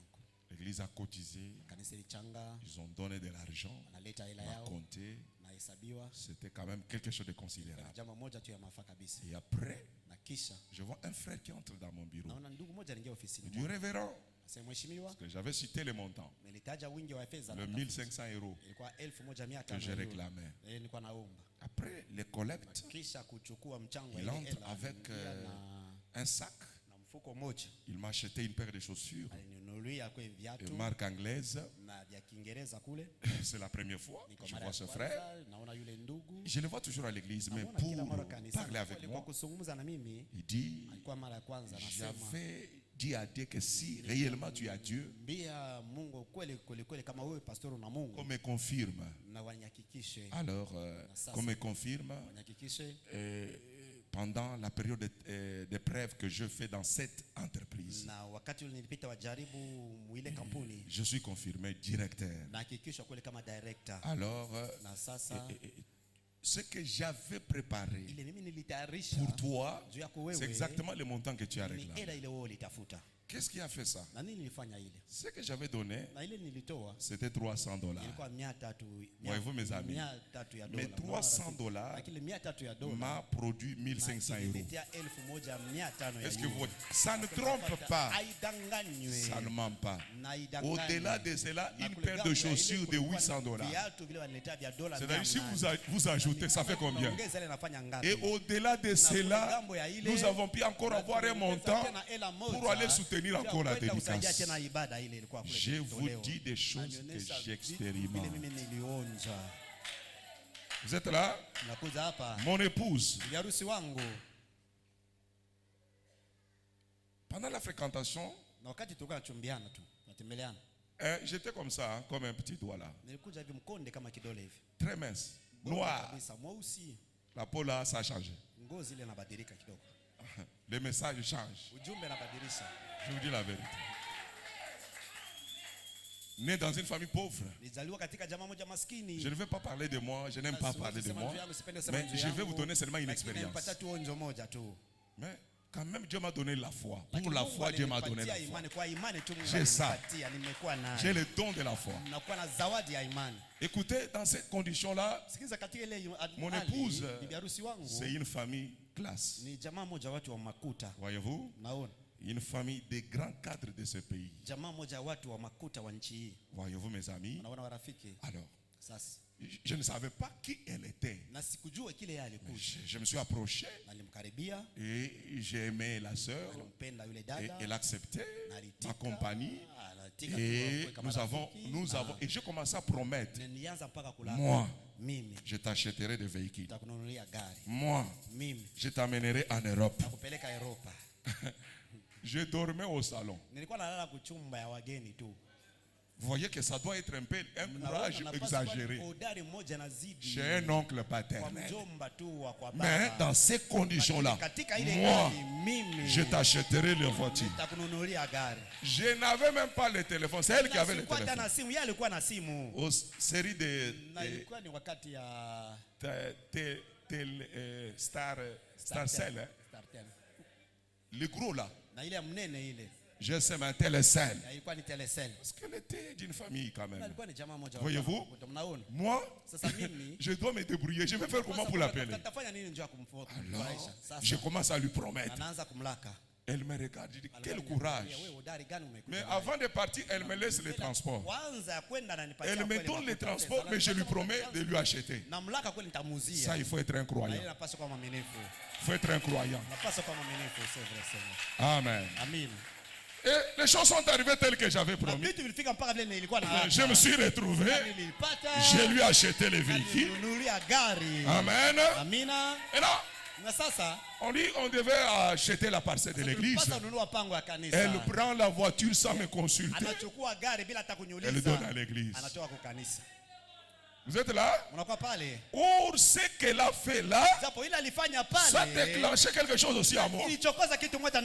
Moi, pendant que le cortège des chefs de l'État passait, je dis à tous mes croyants, je parlais sur la puissance créatrice du 7e sceau. Alléluia. Je leur ai dit pour vous prouver que ce que je vous dis est la vérité. Voilà les véhicules que je vais rouler. C'était le cortège de Joseph Kabila. Son véhicule. Je dis c'est ce que je vais acheter. Les sœurs qui étaient avec moi de pasteur, il a un courage exagéré. Voyez-vous mes amis? Alors, un mois passé, 2 mois, mon épouse donne, c'est-à-dire nous allons rester avec un seul véhicule, le mien. J'ai dit gloire à Dieu. J'ai donné le sacrifice d'action de grâce. J'ai roulé dans une Mercedes ML. Hein? Alors c'était AMG. Ilikuwa ni AMG. Après, Kisha Dieu conduira les choses. Mungu akaongoza vitu. J'arrive chez une dame Nafika kwa mke mmoja que j'avais prié. ule niombea. Alors quand j'arrive là-bas, Sasa wakati nafika on kule m'offre ce véhicule. wananitoa ile gari.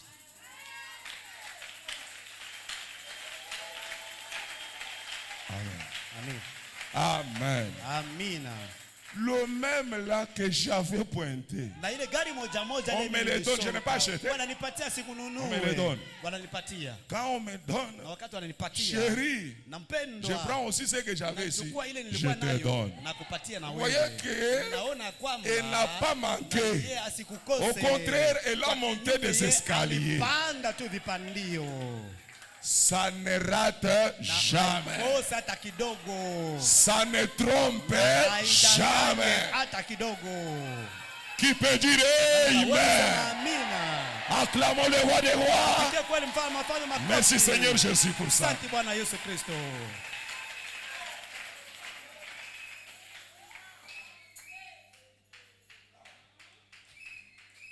Je t'amènerai en Europe. Nitakupeleka kule Europa. Elle vit en Europe. Anaishi mu Europa. Il arrive là-bas. Afika kule. Oh, comment je vais faire? Oh, nitafanya nini? Non, là-bas en Afrique, j'avais une belle Kule vie. Afrika nilikuwa maisha mzuri. Je dois avoir encore une voiture. Napaswa tena kupata Elle me gari. présente des voitures de Ananionyesha pacotille. magari kama mapakoti. Des petites voitures. Magari Je lui dis non, kidogo non, na non. Toi, tu es la femme de quelqu'un. kwa mke wa mtu mmoja. Ton mari, c'est un petit prince dans le Wewe royaume. wako kweli ni mfalme mdogo kule kwa ufalme. J'ai dit seulement ce qui est gros là. Kama imekuwa mnene pale. C'est ce que je vais prendre. Na ni ile nitachukua ile mnene. Et elle roule Na naongoza quand il gare à l'église. wakati anapaki kule Vous kanisani. croirez qu'elle est Na gouverneur. mtakwenda kama yeye ni governor. Voyez-vous mes amis. Maona warafiki. Mais ce sont des choses Vitu que j'ai su comment les kwa avoir. namna gani kuvipata. Les actions de Matendo ya grâce. shukrani. Je vous dis la vérité. Nanenesa kweli. Reste dans mon environnement, tu verras comment je Jirani vis. mwangu utaona namna gani Les nakuwa naishi. actions de Matendo grâce. ya shukrani. Je le dis, c'est partout que ça part. Naisema ni popote naenda. Je n'ai jamais reçu un homme de Dieu Sijapokea dans mon mtumishi hata église mmoja wa Mungu kanisani mwangu et na partir kwenda sans joie. bila furaha. Voyez-vous mes chers amis, Naona warafiki, prenez-les pour votre bien uwe njoo ya wema wenu. et vous vivrez le merveille de la Taishi parole. maajabu ya Mungu. Pour cela, il y a quelqu'un qui peut dire Amen. Anasema amina. Maintenant, je continue ma Sasa prédication. naendelea mahubiri yangu. Et voyez-vous mes amis, Naona warafiki, c'est une offrande. imekuwa ni zabihu. Quand tout ne marche pas, Wakati vyote ajiendeke. eh bien, écoutez un autre élément. Ramenez-moi l'écriture. Sikilize, muniletea andiko yangu Toujours ile. Lévitique. Mpaka Walawi tu. Ramenez-moi Lévitique 7. Muniletea Walawi Nous 7. sommes au verset 12. Hein. Tuko mstari 12. Là, il y a maintenant quelque chose qui va vous étonner tous. Itamshangaisha ninyi wote. Ici, on a dit, Na hapa wanasema tu amèneras les gâteaux, na utaleta les mkate, galettes, galeti, les gâteaux mélangés à l'huile. lakini Mais ça sera sans mafuta levain. itakuwa bila chacho. Voyez-vous, sans Na ule levain. itakuwa bila chacho. Dans toutes les offrandes Na katika mazabihu que yote vous devez apporter à Dieu, unapaswa letea Mungu. ça doit être l'offrande Inapaswa kuwa sacrée. zabihu imekuwa takatifu. Le levain et un pain sans levain, Mkate bila chacho. c'est ce qui est Ile pur. imekuwa safi. C'est ce qui est Ile propre. imekuwa kitoko Mais ça kabisa. va vous étonner. Lakini Verset itamshangaisha 13. na hii mstari. À ces gâteaux, Na kwa ile mkate il ajoutera nataongeza du pain levé mkate ile inesha ku pour son offrande. aongeza kwa mkate tu juu Non, ya ça sababu change juu l'histoire. yake inabadilisha. Dieu n'a jamais Mungu, accepté yes, hajaitika dans toutes les fêtes katika juives katika makarama qu'on ya lui Wayahudi. amène une offrande Mletee mkate avec le levain. imekuwa na Mais chacho, pour lakini kwa la seule occasion na bahati moja où tu, Dieu lui-même dit à Mungu Moïse, yeye peke yake anaambia en Musa, faisant cela, kufanya hivi vous ajouterez taongeza les pains levés. mkate ya chacho. Oh, William Branham dit, William Branham anasema le levain c'est le péché. chacho imekuwa ni dhambi. Vrai ou faux? Kweli wala uongo? Le levain c'est tout ce qui est mauvais. Na chacho ni vyote vimekuwa kama vibaya. Yes, sir. Ndio Bwana. Mais il y a un mystère là-bas. Lakini kuna kwa siri Il y moja. a un secret là-bas. Kwa siri moja En pale. ce qui concerne Kwa ile na kuhusu l'offrande de reconnaissance, ukweli ya shukrani. il y a un secret, madame. Kuna kwa siri moja pale. Vous savez tout ce que le diable fait dans notre vie? Anafanya maisha yetu. Il nous inflige Anakuwa anatupatia kwa nguvu. tel fardeau, tel problème Mambo fulani. pour qu'on s'intéresse à lui. Kweli tumwangalie yeye Pour zaidi. continuellement prêcher Satan. Je suis malade. Quand tu dis je suis malade, lui il est dans la joie. Parce que c'est une confession. Je souffre. Je suis paralysé. Lui il est dans la joie. Parce que tu parles de lui. Maintenant Dieu regarde, dit qu'est-ce que je dois faire? Je dois changer la stratégie. Quand tu m'offriras l'offrande d'action de grâce, ajoutez les levains. Qu'est-ce que cela veut dire? Non, ça c'est merveilleux, mes amis. Qu'est-ce que cela signifie, mon frère? Est-ce que vous êtes là ensemble avec moi? Je ne remercierai pas Dieu seulement à cause du bien. Même quand tout ne va pas bien, je dirai merci Seigneur.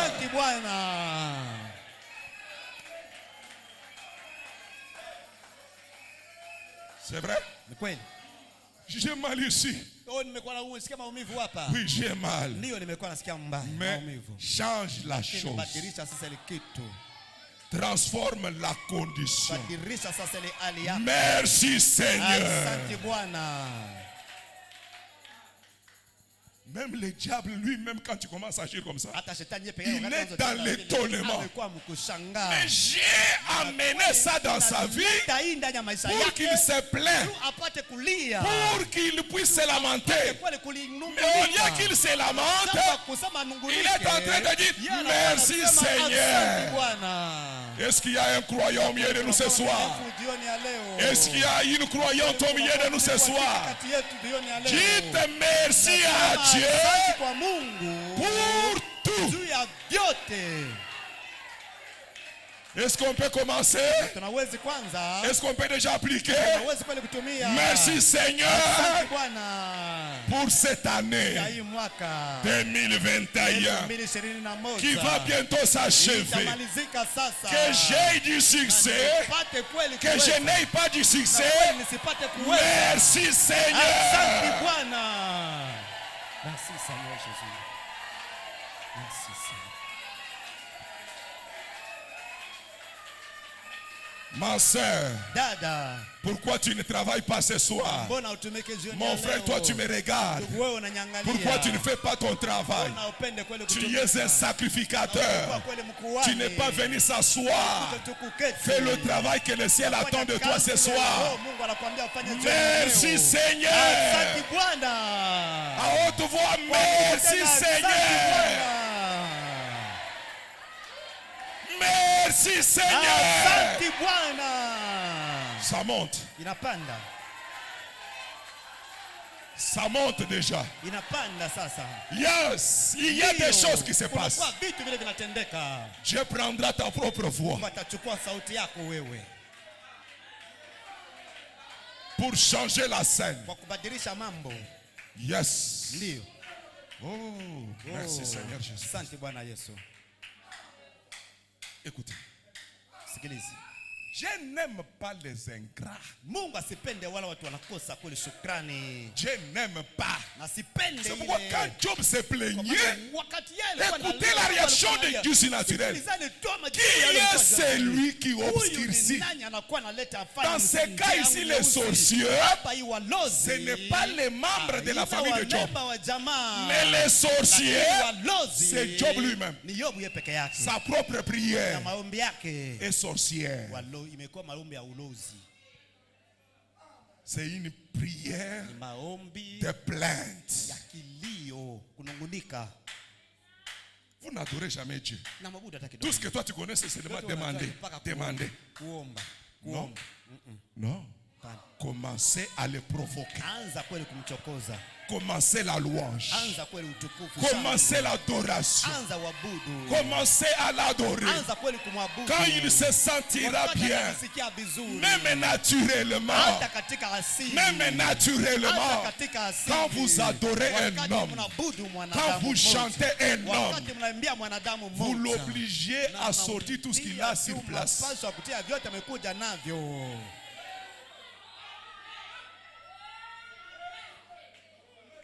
Vous vous souvenez de l'histoire de Hérode? Mnakumbuka Hérodias. Herodi na Herodia. Herodiasi. Tellement qu'il y a eu cette femme-là Japo qui a kulikuwa tellement yule mke kweli. dansé. Elle a excité alichamusha le roi. ule mfalme. Et vous savez ce qui est sorti? Na mnajua ile ilitoka? Même la moitié de mon royaume. Hata sehemu Attention ya avec ufalme wangu, l'adoration. kebeni tu na Même waabudu. la moitié de mon Hata sehemu royaume. ya ufalme wangu. Je suis prêt à te l'aider. Tayari kukupatia. La fille regarde. Binti anaangalia. Elle a demandé la chose impossible. Kitu moja siowezekana. Je veux la tête Napenda kichwa de Jean-Baptiste. ya Yohana Mbatizaji. Puisque la parole du roi, Neno ya mfalme c'est un ordre. na imekuwa ni Comme c'était déjà kwani vile sorti. ilikuwa inaisha kutoka. Malgré contre Hata vile lui-même, ilikuwa yasitike vyote il wanaomba. était Lakini obligé alikuwa mapaswa de réaliser ta ya part. kutimizwa ile neno. Un roi terrestre. Lakini mfalme mmoja Parce qu'il a été élevé. Parce qu'il a été adoré. Mais il est arrivé à cet état-là. Que fera le roi de rois? Que fera le Dieu qui est bon? Que fera le Dieu qui est riche? Votre Dieu n'a jamais été pauvre. Il ne s'est jamais identifié à la pauvreté. Avez-vous déjà un passage biblique qui appelle votre Dieu que je suis un Dieu pauvre? Je n'ai jamais lu. Si vous avez déjà lu, apportez-moi cette déclaration-là. Mais dans ma Bible à moi, je reconnais ces paroles. Je suis riche en miséricorde. Même ce soir, peu importe ce que tu as fait ou ce qu'on a fait, la miséricorde de Dieu est encore valable pour toi. Il est riche. Riche en quoi? En bonté. Et ses compassions ne sont pas épuisées. Non. Si tu pensais que c'est fini, mais tu commences un autre jour. À partir de ces réunions, acclamons le Seigneur Jésus.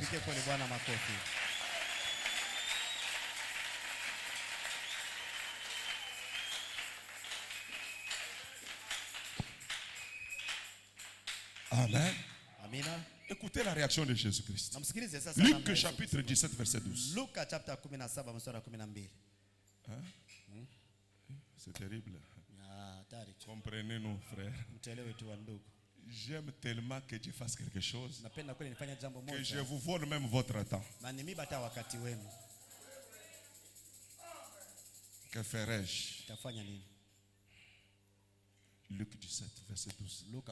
Comme il entrait dans un village, dix lépreux vinrent à sa rencontre, se tenant à distance. Ils élevèrent la voix. Écoutez, ils élevèrent la voix. Frère Branham dit que regardez l'homme quand il est dans les besoins. C'est là que tu le verras à l'église. Gêné, je gêne. Mais dès qu'il est récompensé, nous les pasteurs là, nous souffrons. Nous souffrons, mes amis. Quelqu'un vient, vous laissez les lits, vous dormez à main seul pour que Dieu fasse quelque chose. Et Dieu le fait, il vous fuit. À tel enseigne que vous le croisez quelque part, dès qu'il vous voit de loin, il dévie. Mais qu'est-ce que tu lui as fait? Tu n'as rien fait. Jésus a vécu cela. ils criaient. Naliona wote wakalalamika wale watu wa Jésus maître, Yesu mwalimu, aie pitié de nous. na utuhurumie. Dès qu'il les eut vus, Na wakati yeye il aliwaona leur dit, akawaambia il n'a rien fait, il a asifanye recommandé. kitu, yeye aliwaagiza Allez mwendeni vous montrer mkajioneshe au kuwa sacrificateur. kuhani. Quand on lit, c'est facile, hein? Wakati wanasoma ni teketeke, Est-ce que vous voyez que c'est difficile na ici? mnaona sema ilikuwa na nguvu hapo, Mais c'était pas facile. lakini haikuwa teketeke, Parce que tous les lépreux kwa sababu watu wote wa étaient ukoma hors la cité. walikuwa nje tu ya hekalu, Or, les sacrificateurs japo wale wa étaient kuhani dans la cité. walikuwa ndani tu ya Comment ukuhani. traverser Namna gani kutambuka sasa avec la lèpre na njuu na ile ukoma huo, sans raisonner? bila kufikiri, On risque d'être lapidé. na tunaweza C'était ça l'obstacle. kupigwa kwa mawe. Il devait payer les prix. Ilikuwa ni unapaswa kulipa bei. Allez vous présenter Endeni au mkajioneshe kwa sacrificateur. kuhani. Ils ont obéi. Na walisema La Bible dit pendant qu'ils obéissaient seulement. wakati walikuwa natii tu Écoutez, bure, pendant na qu'ils y wakati allaient, walikuwa naenda, il arriva qu'ils firent na ikafika kweli guérir. ya kwamba wao walitunzwa. L'obéissance vaut mieux que Na les utiifu ni vizuri, utiifu sacrifices. kuliko zabihu. Sans la prière, Na bila maombi tu, il a donné simplement la direction. aleta tu ile agizo Ils firent guérir. na akasema, Amen, amen. Amina, amina. De tous les 10 Na kutoka wote Il y a wa qu'un 10 seul. kunakuwa tu mmoja étrangers, na tena mgeni. l'un d'eux se voyant guéri, Mmoja wao akaona anatunzwa, revint sur ses pas. akarudi njiani mwake. Qu'est-ce qu'il a fait? Na alifanya nini? Revint sur. Il a commencé quoi? Akaanza nini? Glorifiant Dieu. Akaanza kutukuza Mungu. Abbas se voit. Natia sauti ya C'est chini. pourquoi je vous dis, Ni dites kwa maana amen à sema haute voix. amen.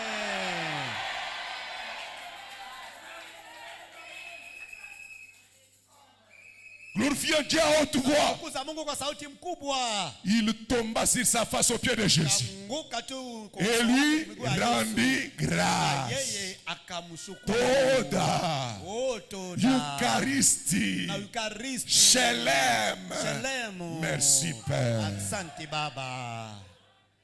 Mais il n'était pas juif. Lakini asikuwa Il Myahudi, était samaritain. alikuwa Msamaria. Maintenant écoutez la réaction de Jésus. Sasa msikilizeni sasa. Jésus prenant la parole Yesu dit, akachukua neno akasema, des 10 n'ont-ils pas été hao guéris? wa 10 nao pia wakutunzwe. Il était étonné. Na ili Devant les attitudes des hommes. na angalia mahali ya watu. Et les 9 Nao autres, wa 9 où wengine sont-ils? wako wapi? C'est qu'il attendait. Na ile alikuwa anachunga. Pendant que toi tu penses que c'est fini, Alikuwa anamaliza kama anamalizika. il les attendait. Na alikuwa anawachunga. Où sont-ils? Na wa 9 wako wapi? Mais s'est-il trouvé que cet étranger Lakini kulipatikana tu ni pour revenir apate et kurudi. faire quoi? Na kufanya nini? Donner gloire à Dieu. Utukufu kwa Mungu. Mais à cause des actions de Kwa grâce, ajili ya matendo ya elle shukrani. n'était pas seulement guérie, Na sikutunzwe tu. elle a reçu la plénitude. Alipokea sasa utele. Puis lui dit, Na kisa akamwambia, lève-toi, simama, va, wende, ta foi imani yako t'a sauvé. inakuokoa. Acclamons très fort le Seigneur Pigia Jésus. kwa Bwana wetu makofi.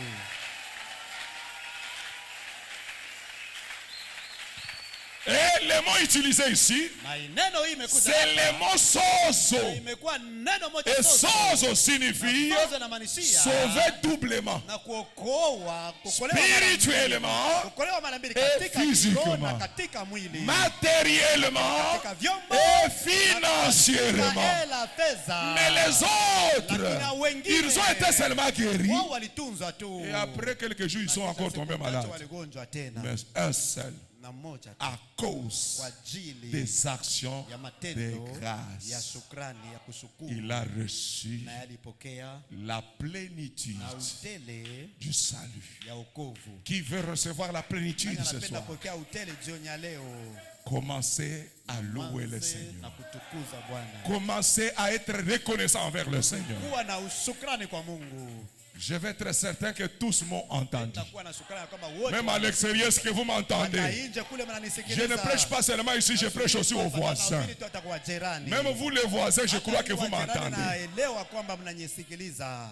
Ce jour est un jour spécial pour Hii ni vous. siku moja ya upekee juu yenu. Amen. Amen. Que chacun Kila comprenne mmoja aelewe sa position. fazi yake.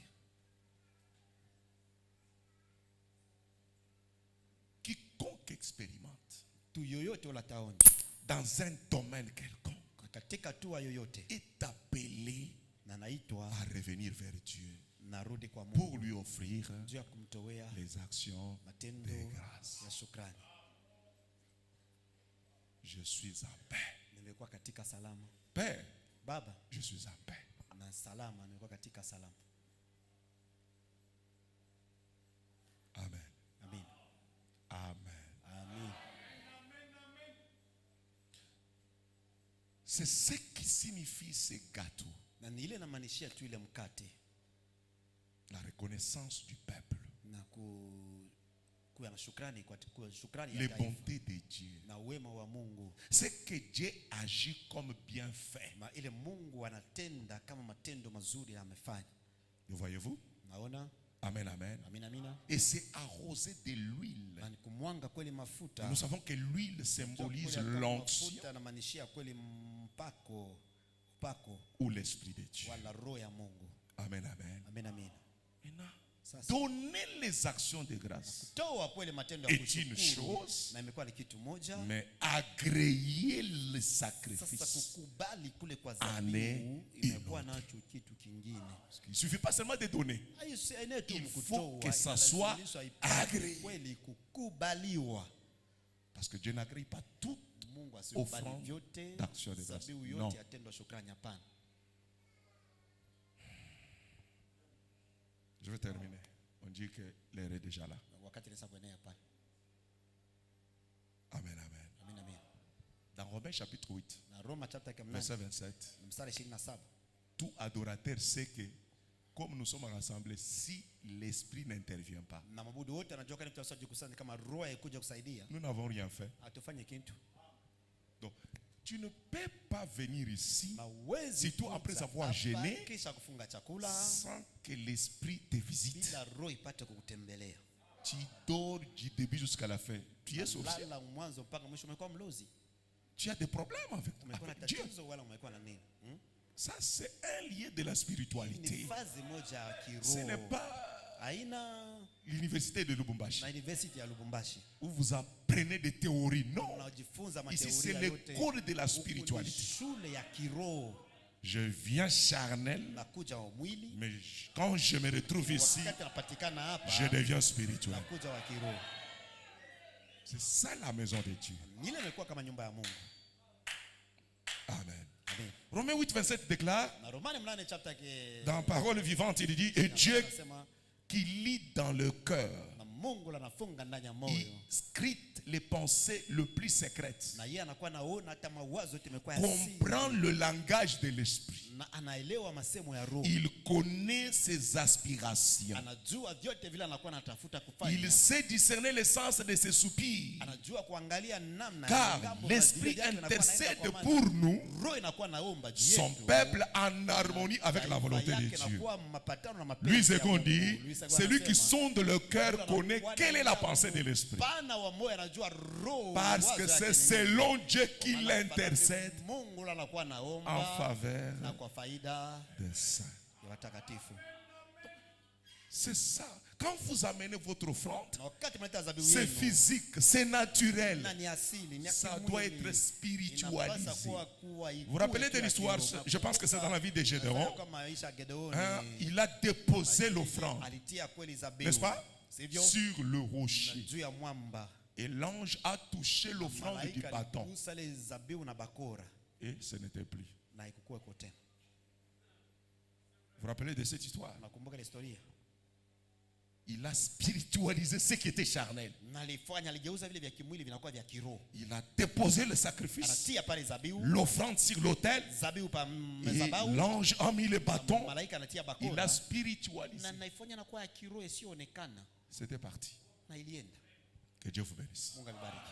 Ça va se passer dans ta vie. Na itatendeka ndani ya maisha yako. Si tu as compris. Na kama unaelewa, Qui a compris? nani anaelewa? Ah. Qui a compris? Nani anaelewa? Que Dieu vous aide. Mungu amisaidie. Il est. Amen. Ce que j'ai Amina. déjà dit. Na inaisha kusema Sachez-le très bien na qu'il y a une mjue offrande vizuri que kuna l'Éternel kwa n'approuve dhabihu pas. ile wa milele sikubali. Pourquoi? Mbona? Tout dépend, je termine par là pour ce soir. Malizia hapa kwa jioni ya Tout leo. dépend de la disposition du cœur. Yote inakuwa naangalia sasa na matayarisho ya moyo. Et je reviens à la lecture de base. Narudi kweli kwa Mes chers masomo frères, letu ya kwanza, ndugu wapendwa. est-ce que Dieu est juste ou bien injuste? Kweli Mungu amekuwa wake wala wakuto wake? Il est juste, hein? Amekuwa wake. Mais moi je trouve que Dieu est injuste. Mimi naona kama Mungu yuko bila haki. Jamais, hein? Kama Vous êtes sûr qu'il est juste? amekuwa na hakikisho amekuwa Mungu wake. Regardons. Tuangalieni.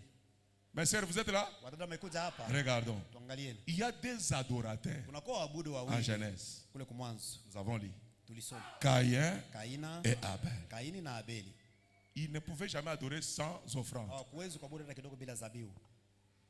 Frère, commencez à faire les efforts Ndio kuanza kufanya kwa de nguvu donner les offrandes de l'église. ya kutoa masadaka kwa En kanisa dehors des offrandes des églises, na nje ya masadaka kanisa, payer les offrandes d'action de mulipe grâce masadaka ya kushukuru nayo Mungu régulièrement na mwisho pour chaque juu ya partie kila sehemu des services ya kazi où tu es touché, kule wewe unagusiwa, où ton cœur est touché. kule moyo wako unagusiwa, Payer les offrandes pour ça. ulipe mazabihu njuu ya ile.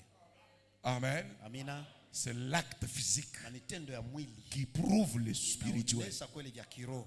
Voyez-vous, mes chers amis, Unaona warafiki, Abel dépose, na Kaina anaweka, Abeli anatia, Caïn dépose. Abeli anatia na Kaini naye anatia. Mais nous voyons Dieu accepter l'offrande Na d'Abel tunaona Mungu anakubali et Abeli rejeter na anatupa l'offrande de zabihu Caïn. ya Kaini. Qu'est-ce qui était mauvais? Nani alikuwa mbaya? Amen. Amin. Ce n'est pas l'offrande qui était mauvaise. Aina zabihu ile ilikuwa Parce mbaya. que vous vous Na souviendrez nini mnakumbuka que ya quand kwamba Dieu dit donne la loi à wakati Mungu Moïse, analeta sheria kwa il Musa, parle des prémices. anasema kwa alinjua Les kitambulisho. prémices de quoi? Kitambulisho ya nini? Des champs. Ya shamba. C'est ce que Caïn avait Na fait. nini Kaina alifanya? Mais il n'était pas agréé. Lakini yeye haikukubali. Voyez-vous ça? Naona ile Ce n'est pas l'offrande. maina zabihu, Parce que plus tard, sababu baadaye on doit payer le fruit. unapaswa Le kulipa meilleur madeni, fruit du champ, matendo mazuri, ça devient la matunda dîme. mazuri ya N'est-ce shamba pas la na vérité? kwa C'est la chakula. parole que Caïn avait fait. Neno le Kaina Mais alifanya. quel était Lakini ile ilikuwa l'engagement de son cœur na ama moyo wake par ilitoa rapport kulinganishwa à son offrande? na sadaka yake. Voilà l'élément. Ça Tazama booste nipata le kukuta gène. mambo inapeleka Qui kwenye- peut dire amen à la parole? Na wewe sema neno amina kwa neno. Ça complète les gènes. Inaongeza. Vous avez gêné, c'est bien. Mtafunga chakula ni mzuri. Alléluia. Alléluia. Vous avez prié, c'est bien. Naomba ni mzuri. Mais la clé passe partout. Fungue na fungua milango C'est yote. les actions de grâce. Ni matendo ya shukrani.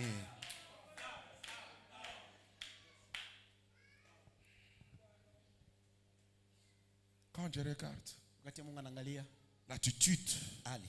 de Caïn, Mtazamo ya Kaina, son cœur n'est pas engagé. moyo wake yeye ajitoe Quand kabisa. il regarde Abel, Wakati anaangalia Abeli, son cœur moyo est wake engagé. ilikuwa anataka kujitoa ndani ya Parce zabihu que yake. Dieu coopère avec nos cœurs. Mungu anakuwa anatumika na mioyo. C'est monté. Ni inapanda, C'est monté. inapanda. Et Dieu Na Mungu aime anapenda celui yule qui le cherche anamtafuta de tout kwa son moyo cœur. wake wote. Ça change, hein? Inabadilika. Vous attendiez que je vais vous dire que non, Tunaonyesha kwamba pana demandez la délivrance. muombe ufungulivu. Ce soir, je ne vous dis pas de demander la délivrance. Muombe mafungulivu. Je vous donne la clé. Patia sasa mfunguo. Cette clé-là Na ile funguo ile montera dans les zones cachées. itapanda katika matua imeso kichama.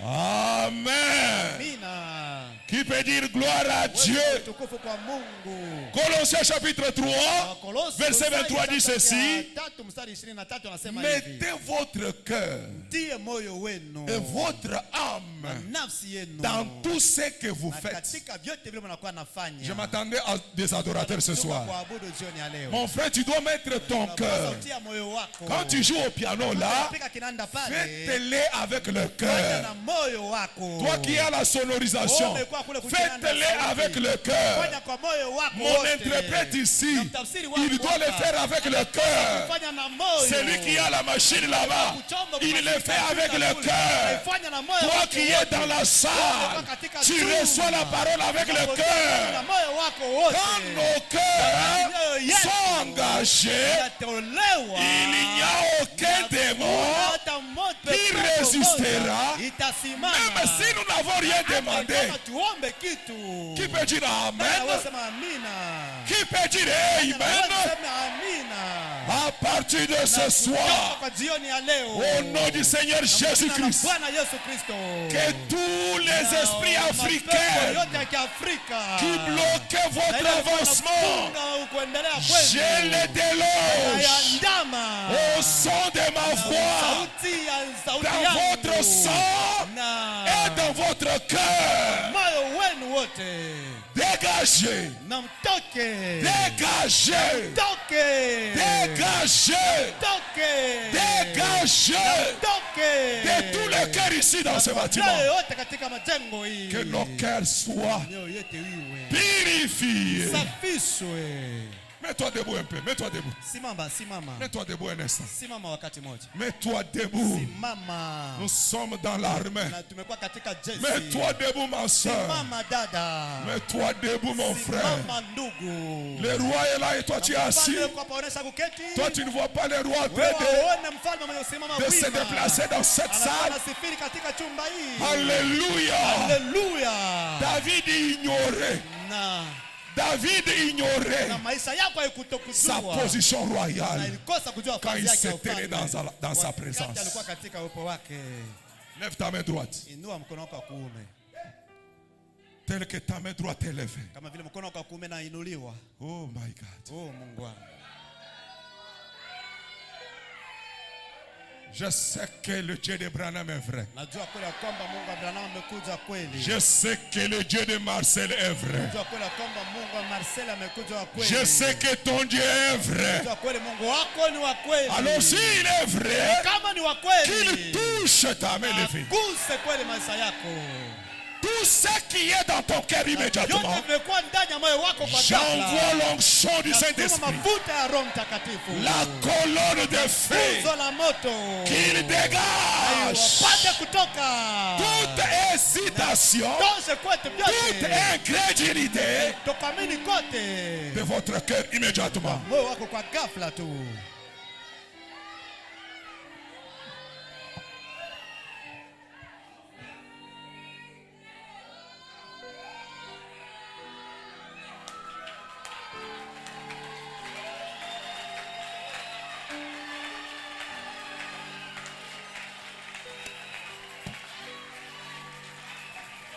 Amen. Amina. Ce soir, on ne prie pas. Avec seulement la main droite là. Dis Seigneur, cette fois-ci, j'aimerais t'adorer avec mon âme, avec mon esprit, avec mon esprit, avec mon corps, avec les offrandes, pour me délivrer de les esprits, les esprits de la famille, les esprits égoïstes, les esprits africains. Ce soir, je suis délivré. Ce soir, je suis libre. Ce soir, je te dis merci. Ce soir, je t'élève. Ce soir, je t'adore. Ce soir, tu es digne de louange, de mon adoration. Merci Seigneur. Je l'ai fait au nom de Jésus-Christ. Amen. Merci Seigneur. Est-ce qu'on peut applaudir? Est-ce qu'on peut applaudir? Merci Seigneur. C'est fini.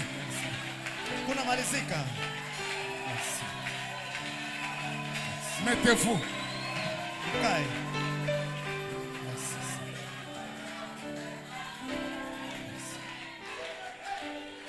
Ce soir, merci Seigneur. Dis seulement merci Seigneur. Merci Seigneur. pour les souffles de vie. juu ya pumzi ya uzima. Merci Seigneur Merci Seigneur, pour le Saint-Esprit. juu ya Roho Mtakatifu. Merci Seigneur Asante pour Bwana, toutes les guérisons. juu ya matunzo. Merci Seigneur Asante Bwana, pour la protection. juu ya ulinzi. Merci Seigneur Asante Bwana, pour la bénédiction. juu ya baraka. Je suis béni. Umebarikiwa, Je suis béni. umebarikiwa, Je suis béni. umebarikiwa, Je suis béni. umebarikiwa. C'est fait.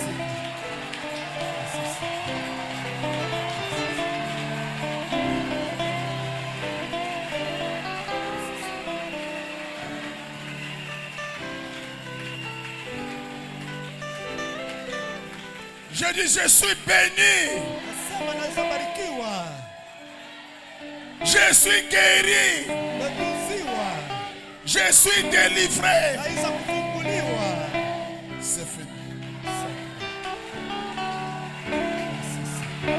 Applaudissons le Seigneur. Piga kweli Bwana makofi.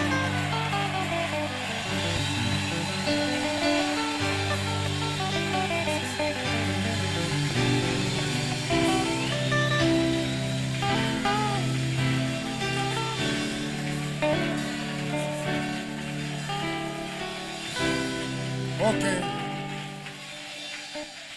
Nous allons nous retrouver demain, Tutaonana kesho encore dans cette même atmosphère. mara nyingine tena katika hali moja moja.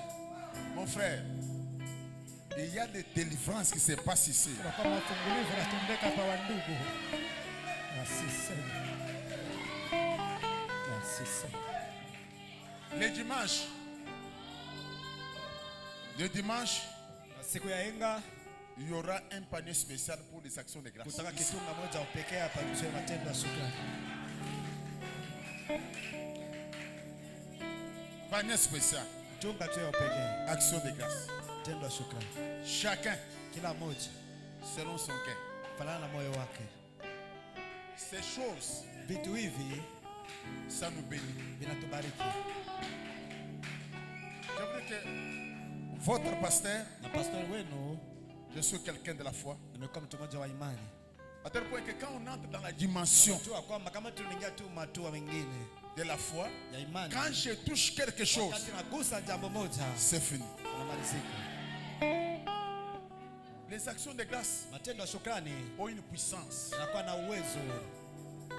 Vous savez pourquoi le frère Séraphin là, Mnajua mbona ndugu Serafia yule il est resté en vie anabaki mzima pendant qu'il était dans les comas.